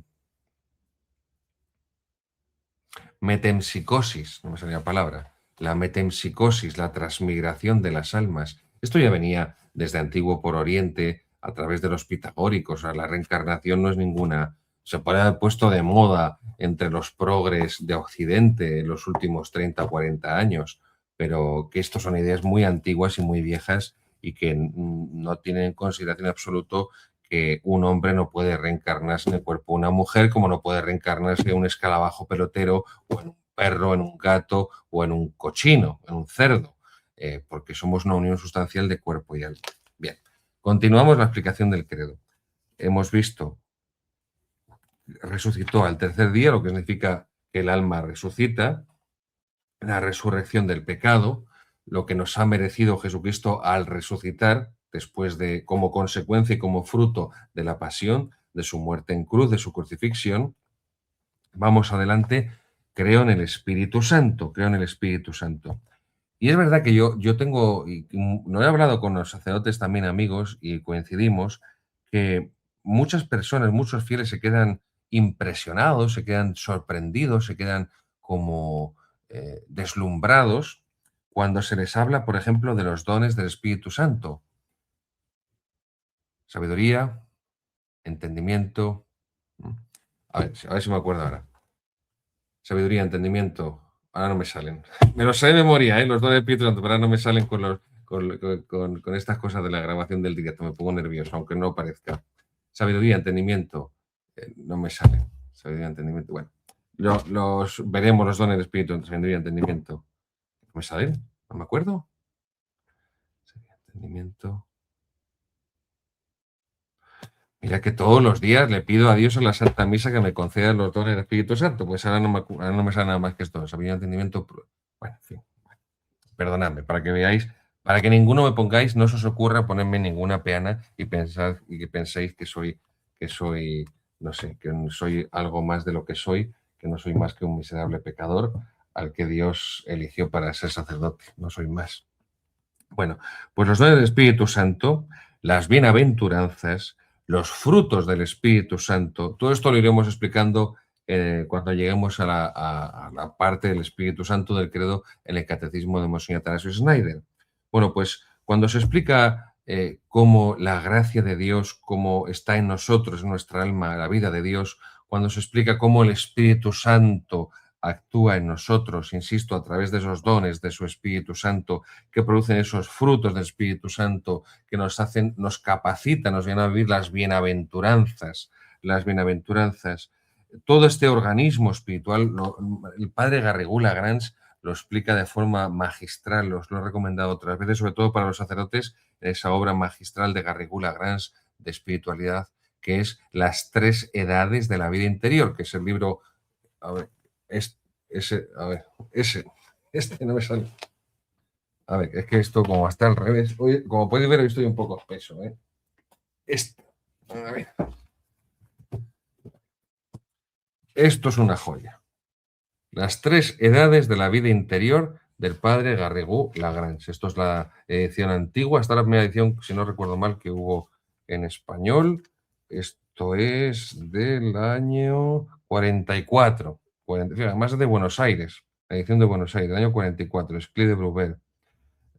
Esto fue un regalo de un, se lo agradezco, el padre Xavi Català, un gran dominico, un hombre de Dios, que está en Barcelona, con un regalo del padre Xavier Català, Las tres edades de la vida interior de Garrigou Lagrange. Yo leí este libro estando en el seminario y fue un libro de los que más ha influido en mi vida.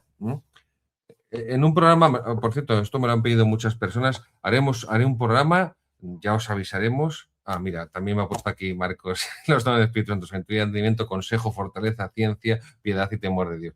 Perdóname, Marcos, que estoy muy espeso. No sé si es que me estoy haciendo mayor, no sé si es que será el calor, porque estamos a 40 grados o 42 aquí en Toledo.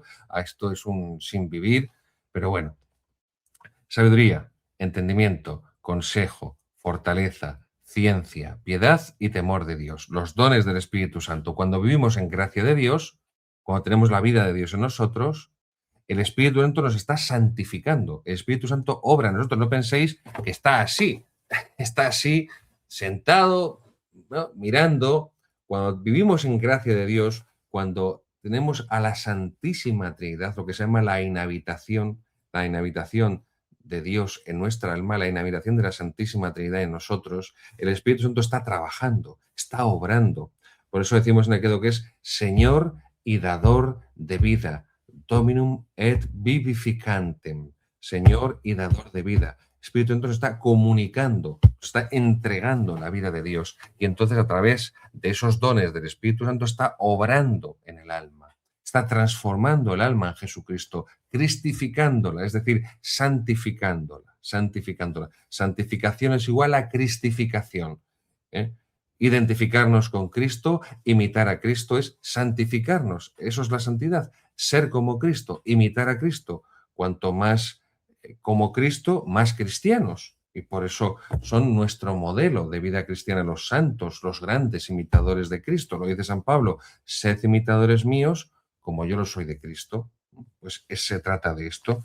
Pues muchas personas, cuando se explica así, bien explicado, según la teología de Santo Tomás de Aquino, que es lo que tiene el grandísimo Garrigou Lagrange, que era un grandísimo teólogo y filósofo tomista, por cierto, Garrigou Lagrange, enemigo acérrimo de la teología moderna, enemigo acérrimo de la Nouvelle Théologie, enemigo acérrimo de los modernistas, del modernismo. El grandísimo Garrigou Lagrange, que dicho sea de paso, además de un sabio, era un santo. Este libro, queridos amigos sacerdotes, tenéis que leerlo.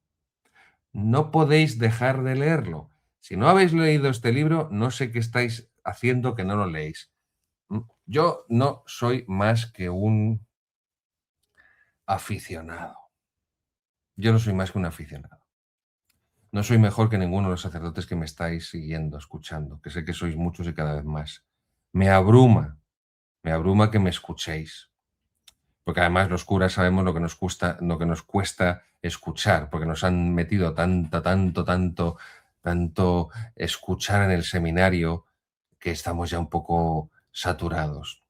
Pues para vosotros que me seguís y me escucháis, yo no soy más que un aficionado, en absoluto soy mejor que ninguno de vosotros, soy un miserable pecador, pero no lo digo con la boca pequeña, lo digo absolutamente convencido. Por eso, id a los maestros, id a los maestros. Las tres edades de la vida interior de Garrigou Lagrange es un libro que todo sacerdote debería leer y releer, meditar, rezar, llevar a la oración y aprender de él la santidad, aprender de él la vida espiritual, aprender de él la mortificación, la abnegación, la vida de virtudes, los grados de la oración, pues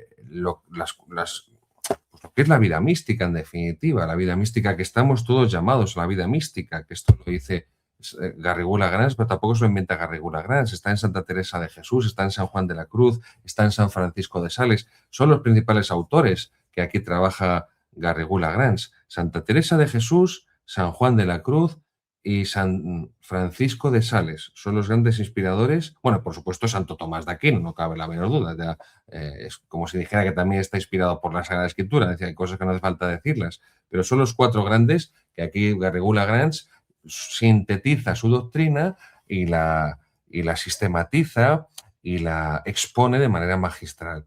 Y es un libro que te da mucha luz, pues para tu vida de oración.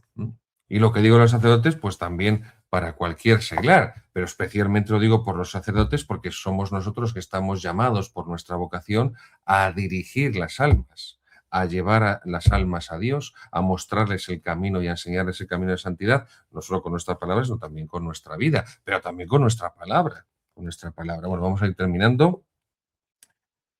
Dios ha querido divinizarnos elevándonos a Él, llevándonos a Él.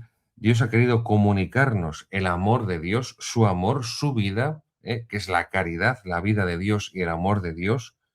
Por eso cuando amamos mucho a una persona, cuando dos personas se quieren mucho, pues le dicen mi vida. Yo esto se lo he oído a matrimonios, se lo he oído también a madres con sus hijos. ¿Qué dices, mi vida? ¿Qué dices, mi vida? Eh, pues es eso, es una expresión en la que unimos el amor, porque es nuestra vida. Cuando una persona quiere mucho a otra, es el amor de su vida, pues es eso, el amor de su vida, es el amor que da sentido a su vida.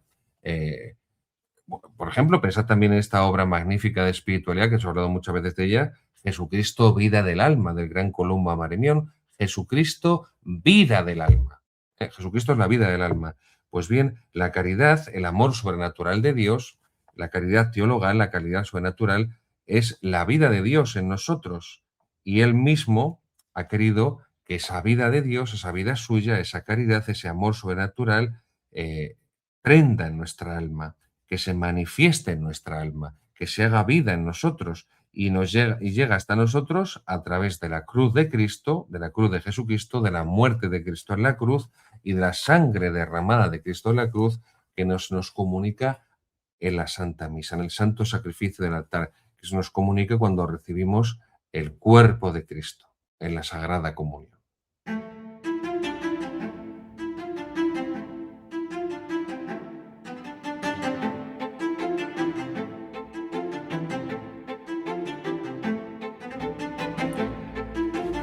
Cuarta sección de formación y la tradición, espiritualidad mariana. Con esta última sección, hoy concluimos este bloque. El bloque que empezamos explicando la teología sobre la Santísima Virgen María, la teología mariana, y esta otra sección de espiritualidad mariana, pues hoy ya concluimos este último programa con estas dos secciones y Dios mediante en el próximo programa pues volveremos a retomar nuestra sección de historia de la teología católica. Retomaremos las catequesis del Papa Benedicto XVI sobre los padres de la Iglesia, esto es la teología católica, y abriremos una nueva sección para mantener las cuatro secciones sobre herejías. Vamos a trabajar con el libro magnífico de las herejías de Monseñor Athanasius Schneider, explicando las herejías. Muy bien.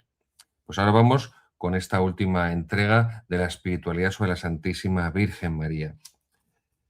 Recordad que hablamos de la consagración cuando el Papa Pío XII consagra el mundo en 1942 al corazón inmaculado de María en plena Segunda Guerra Mundial, otros pontífices posteriores que también han consagrado el mundo a la Santísima Virgen María, por el caso de Juan Pablo II. No vamos a entrar en el debate si las consagraciones fueron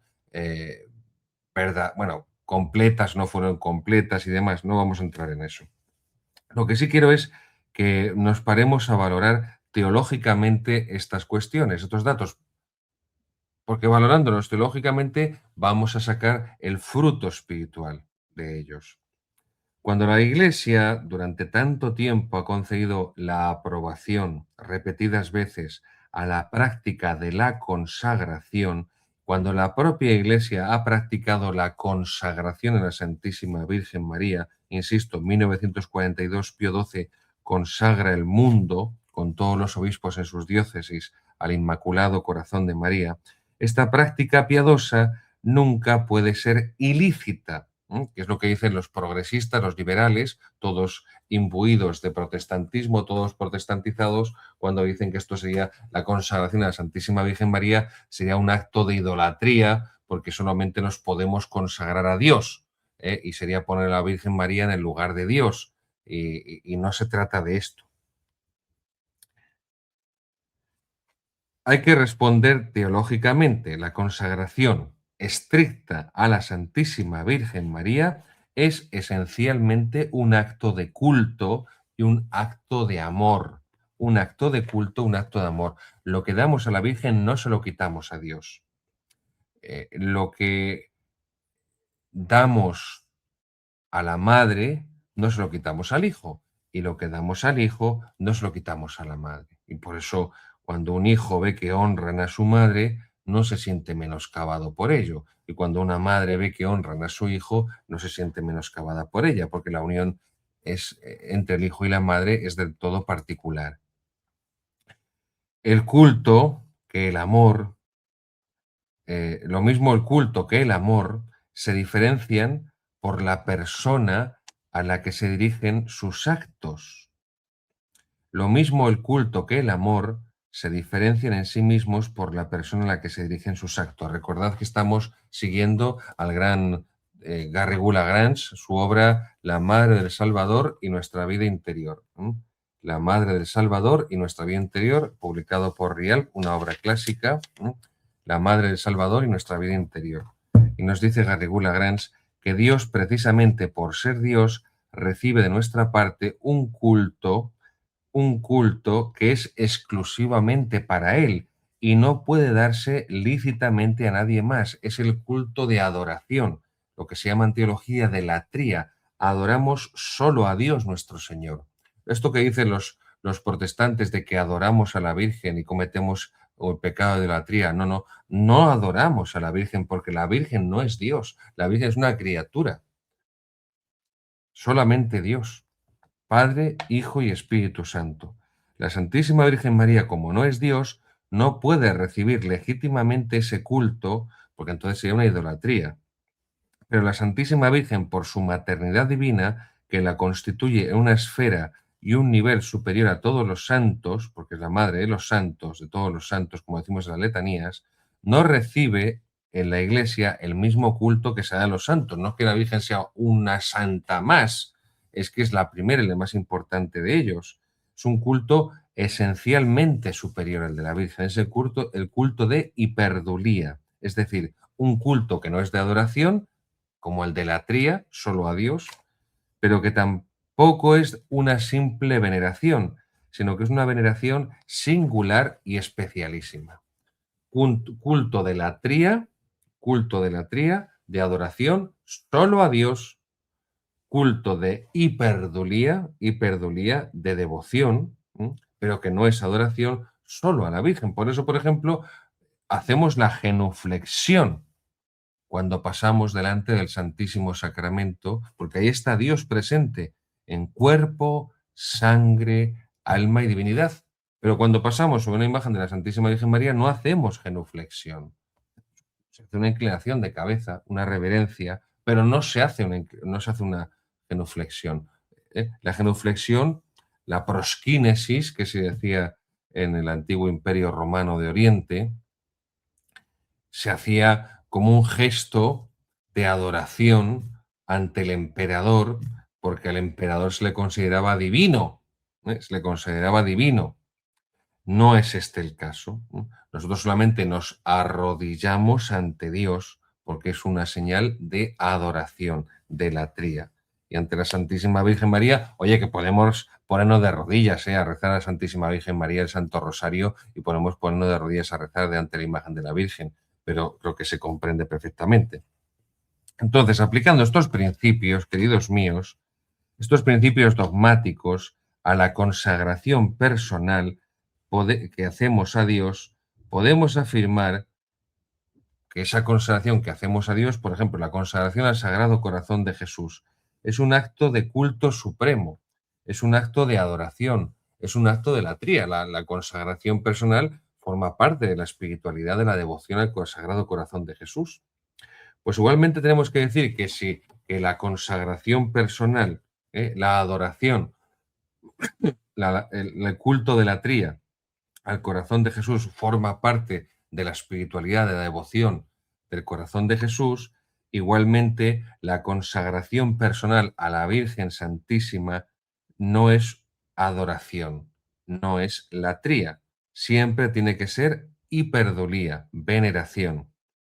Y siempre la Iglesia, siempre los fieles de la Iglesia, siempre los pastores de la Iglesia, esto es lo que vivieron y esto es lo que enseñaron. Y siempre es siempre, siempre, siempre. Luego, la consagración personal es una donación, es una entrega absoluta de la persona. La consagración es una entrega, una donación absoluta de la persona. Y si analizamos los elementos que constituyen, que configuran, que forman la consagración personal, pues entendemos perfectamente que cuando nos consagramos, cuando nos entregamos del todo, cuando nos damos, significa que ya no nos pertenecemos, no nos pertenecemos. Cuando nos hemos entregado a una persona, ya no podemos entregarnos a otra. Ese es el sentido del matrimonio cristiano, de la fidelidad que está en el sacramento del matrimonio cristiano. Cuando se entrega a una persona, se dona la vida a una persona en el sacramento del matrimonio, no se puede entregar y donar a otra. El que dispone de lo suyo como quiere, el que dispone de lo suyo como quiere, no puede disponer de lo que no es suyo. Esto es evidente. Entonces, como ya ha entregado la vida, pues no puede disponer de ella porque ya la ha entregado, ¿no? A no ser que la haga con el consentimiento de su dueño. La donación de sí mismo que se hace en la consagración personal no puede entenderse como un acto en que se dispone de la propia persona como si fuera nuestra. Es decir, es una ratificación libre de un estado de posesión, que es ante todo una donación, una entrega. Más que un darse para ser poseído, es una alegría, un gozarse de ser poseído. Es lo que se encuentra en el matrimonio. Yo me alegro de ser para mi esposo. Yo me alegro de ser para mi esposa. Yo me alegro de ser para mis hijos, de entregar, de donar mi vida, mi tiempo, mi esfuerzo, mi trabajo a las personas a las que les he entregado mi vida en la familia, a mi esposa, a mi esposo, a mis hijos. Luego, no solamente entregarse para ser poseído, y por tanto para ser desposeído, expropiado, sino que además es una alegría y un gozarse de esa entrega, de esa donación. La fórmula oficial de la consagración del Sagrado Corazón de Jesús que hizo León XIII cuando consagró todo el mundo al corazón de Jesús en 1899 con la encíclica Unum Sacrum, que es la fórmula también que continuó Pío XI, que dice, tuyos somos y tuyos queremos ser, tuyos somos y tuyos queremos ser. Es decir, aunque ya somos tuyos, desde siempre, nuestra voluntad es ser tuyos, de modo que si todavía no lo fuéramos, empezáramos a serlo por ahora, ser cada vez más tuyo, ser cada vez más tuyo. Por eso nos entregamos a Cristo, nos entregamos al Sagrado Corazón de Jesús para que Él empiece a poseernos, porque nos hemos entregado del todo. Y porque si nos entregamos al corazón de Jesús es porque Él ya nos poseía y así podamos gozarnos más de Él. Bueno, pues todo esto, alguno pensará, pero ¿qué tiene que ver esto con la Virgen? Es que esto es lo que nos va a servir de ejemplo para comprender lo que es la consagración, la entrega, la donación completa y plena a la Santísima Virgen María. En este sentido profundo, la donación personal, la entrega personal que se hace con la consagración de sí mismo, por ejemplo, a Cristo Rey. Recordad que cuando celebramos la solemnidad de Cristo Rey nos consagramos a Cristo Rey al final. Es un reconocimiento libre que se hace consciente con todas sus consecuencias de los derechos que Dios tiene sobre nosotros, independientemente de nuestra voluntad. Dios tiene derechos sobre nosotros. Es decir, el cristiano lo primero que tiene, esto lo he dicho antes en la sección de Monseñor Schneider, el catecismo, cuando explicábamos los mandamientos, lo primero que tiene el cristiano para con Dios son deberes, no son derechos. Y por eso Dios nuestro Señor nos entrega los 10 mandamientos de la ley de Dios, que son eso, mandamientos, deberes, no derechos, no derechos. Porque como dice San Juan, la primera carta de San Juan, Él nos amó primero, como Dios ha dado el primer paso creándonos, como Dios ha dado el primer paso redimiéndonos, nosotros somos los que estamos en deuda con Dios, no es Dios el que está en deuda con nosotros. Y por eso nuestra deuda con Dios la vivimos, la devolvemos, por decirlo de alguna manera, a través, mediante, por medio de nuestros deberes, del cumplimiento de nuestros deberes que son y que empiezan por los 10 mandamientos de la ley de Dios. Los derechos que brotan de la unión por la que Cristo es verdadero Dios son los mismos derechos estrictamente de Dios. Es decir, Jesucristo es verdadero Dios y verdadero hombre. Perfecto Dios y perfecto hombre. Dios tiene derechos por ser Dios. Pero es que además Jesucristo, al encarnarse, al hacerse hombre, también tiene una serie de derechos. Por eso es lo que explica en la encíclica Quas Primas en 1925 Pío XI, cuando instituye, cuando proclama la festividad de Cristo Rey. Como Cristo se ha encarnado para redimirnos del pecado, muriendo por nosotros en la cruz, ha adquirido también una serie de derechos sobre nosotros, porque ha derramado toda su sangre, porque ha entregado su vida completa, entera en la cruz, para redimirnos, para salvarnos del pecado. Esos derechos de Cristo sobre nosotros nacen de la obra redentora de Cristo en la cruz. Como Cristo es la cabeza del cuerpo que es la Iglesia, la cabeza del cuerpo místico de Cristo, pues esos derechos le confieren a Cristo, le vienen a Cristo por su realeza universal.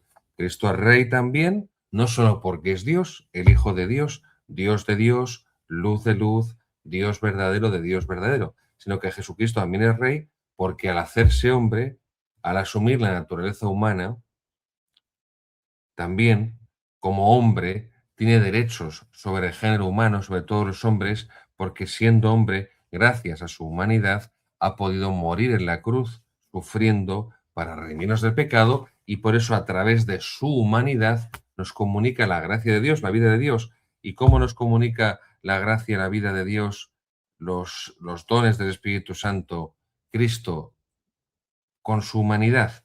Pues porque, como dice el Papa León, no León XIV, sino San León Magno, todo lo que era visible en la vida de Cristo ha pasado a los sacramentos.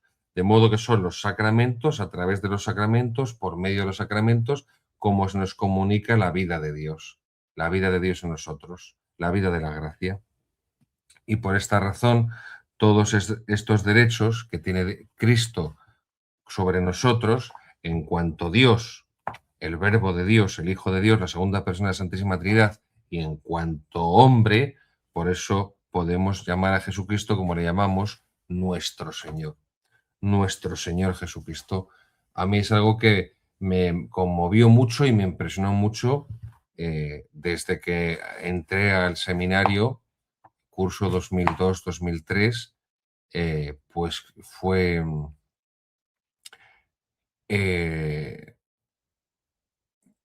pues cuando leía en algunos santos,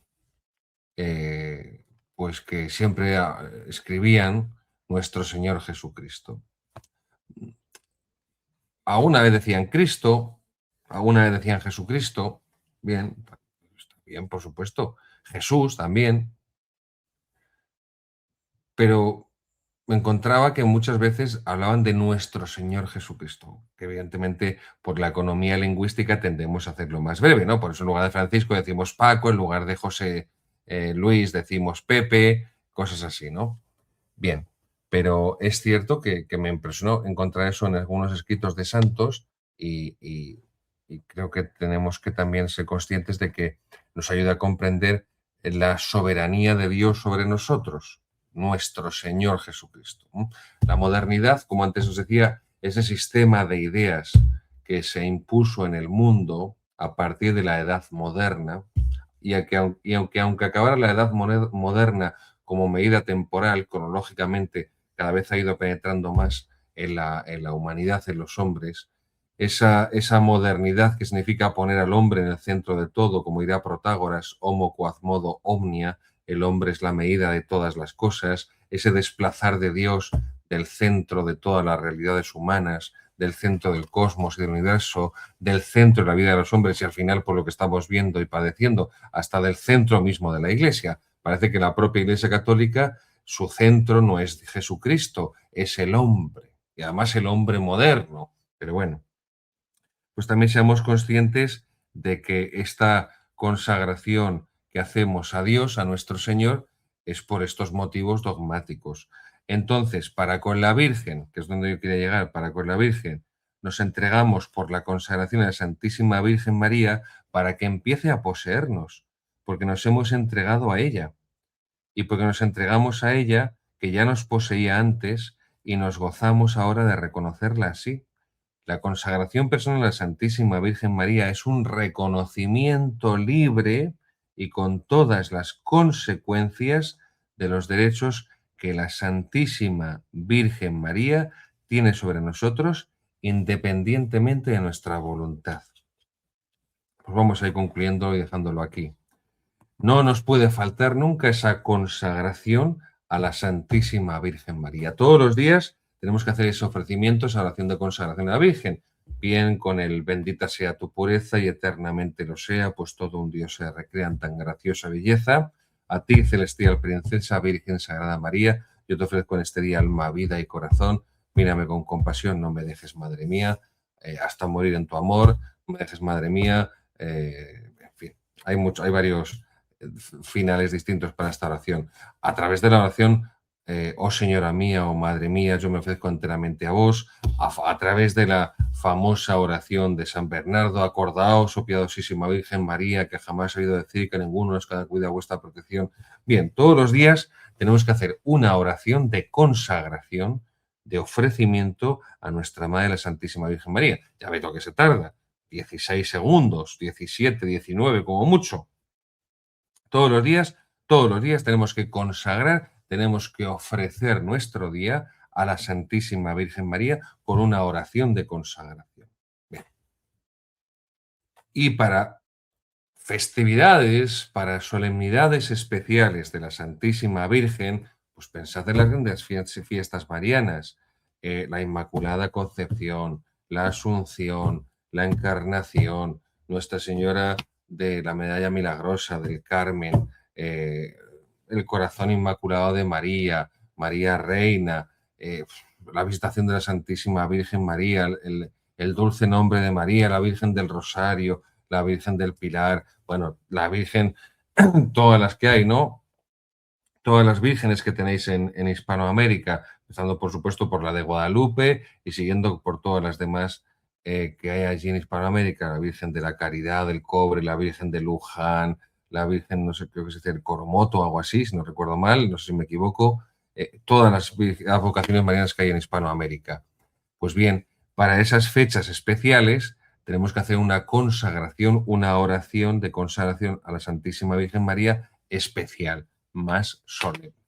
Y luego también tenemos, por supuesto, la consagración total a la Virgen, o que también se llama la esclavitud mariana, que es lo que predicó, es lo que enseñó, es lo que difundió San Luis María Griñón de Montfort. Eso merecería una explicación más pormenorizada. Creo que lo está haciendo el padre, si no recuerdo mal, Federico Marfil, porque para esa consagración total hay que prepararse con 33 días y dejó también eso San Luis María de Montfort preparado a esa consagración total y completa a la Virgen.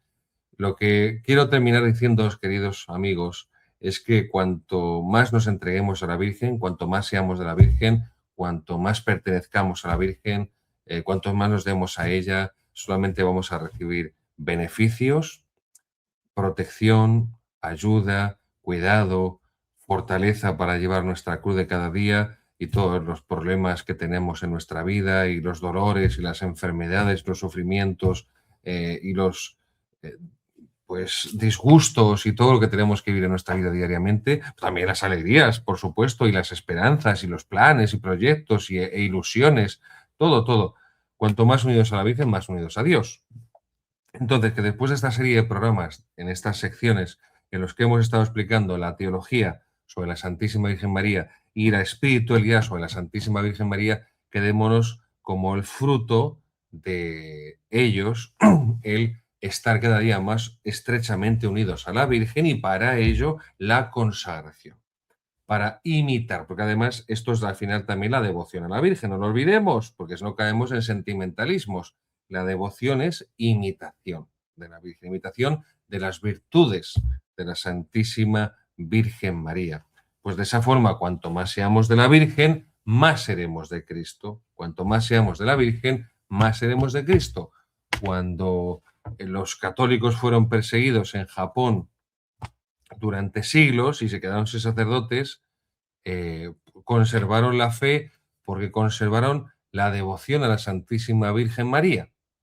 Entonces, conservando la devoción, aumentando la devoción a la Santísima Virgen María, no solamente conservamos la fe, la esperanza y caridad, sino que nos unimos más a Dios y así también podemos hacer apostolado con nuestro prójimo y extender a nuestro prójimo no solamente la fe y el amor a Jesucristo, sino que con la fe y el amor a Jesucristo la devoción a la Virgen y, por supuesto, el Santo Rosario, que ya lo tratamos y que no puede faltar en nuestro día diariamente, al menos una de las partes de los 5 misterios, no puede faltar en nuestro día que recemos el Santo Rosario, que es la dulce cadena que nos une, que nos ata al corazón inmaculado de María. Esto es básico para la vida de un católico, esto es básico para evangelizar el mundo, para conquistar y ganar el mundo para Jesucristo, para conquistar y ganar el mundo para Cristo Rey, y es básico también para reconquistar, aunque suene un poco así, atrevido, pero es que es la verdad, es lo que hay, queridos míos, para reconquistar la iglesia para Jesucristo, porque la iglesia está hecho un desastre, está patas arriba, y hay que empezar a reconquistar la iglesia para Cristo, y el reino de Cristo viene a través del reino de la Santísima Virgen María, ¿no? Recordad lo que le dijo nuestra Madre la Virgen a los niños de Fátima: al final mi inmaculado corazón triunfará. El Inmaculado Corazón de María, el reino del Inmaculado Corazón de María, es el que preparará el reinado social de Cristo, el reinado social del corazón de Jesús.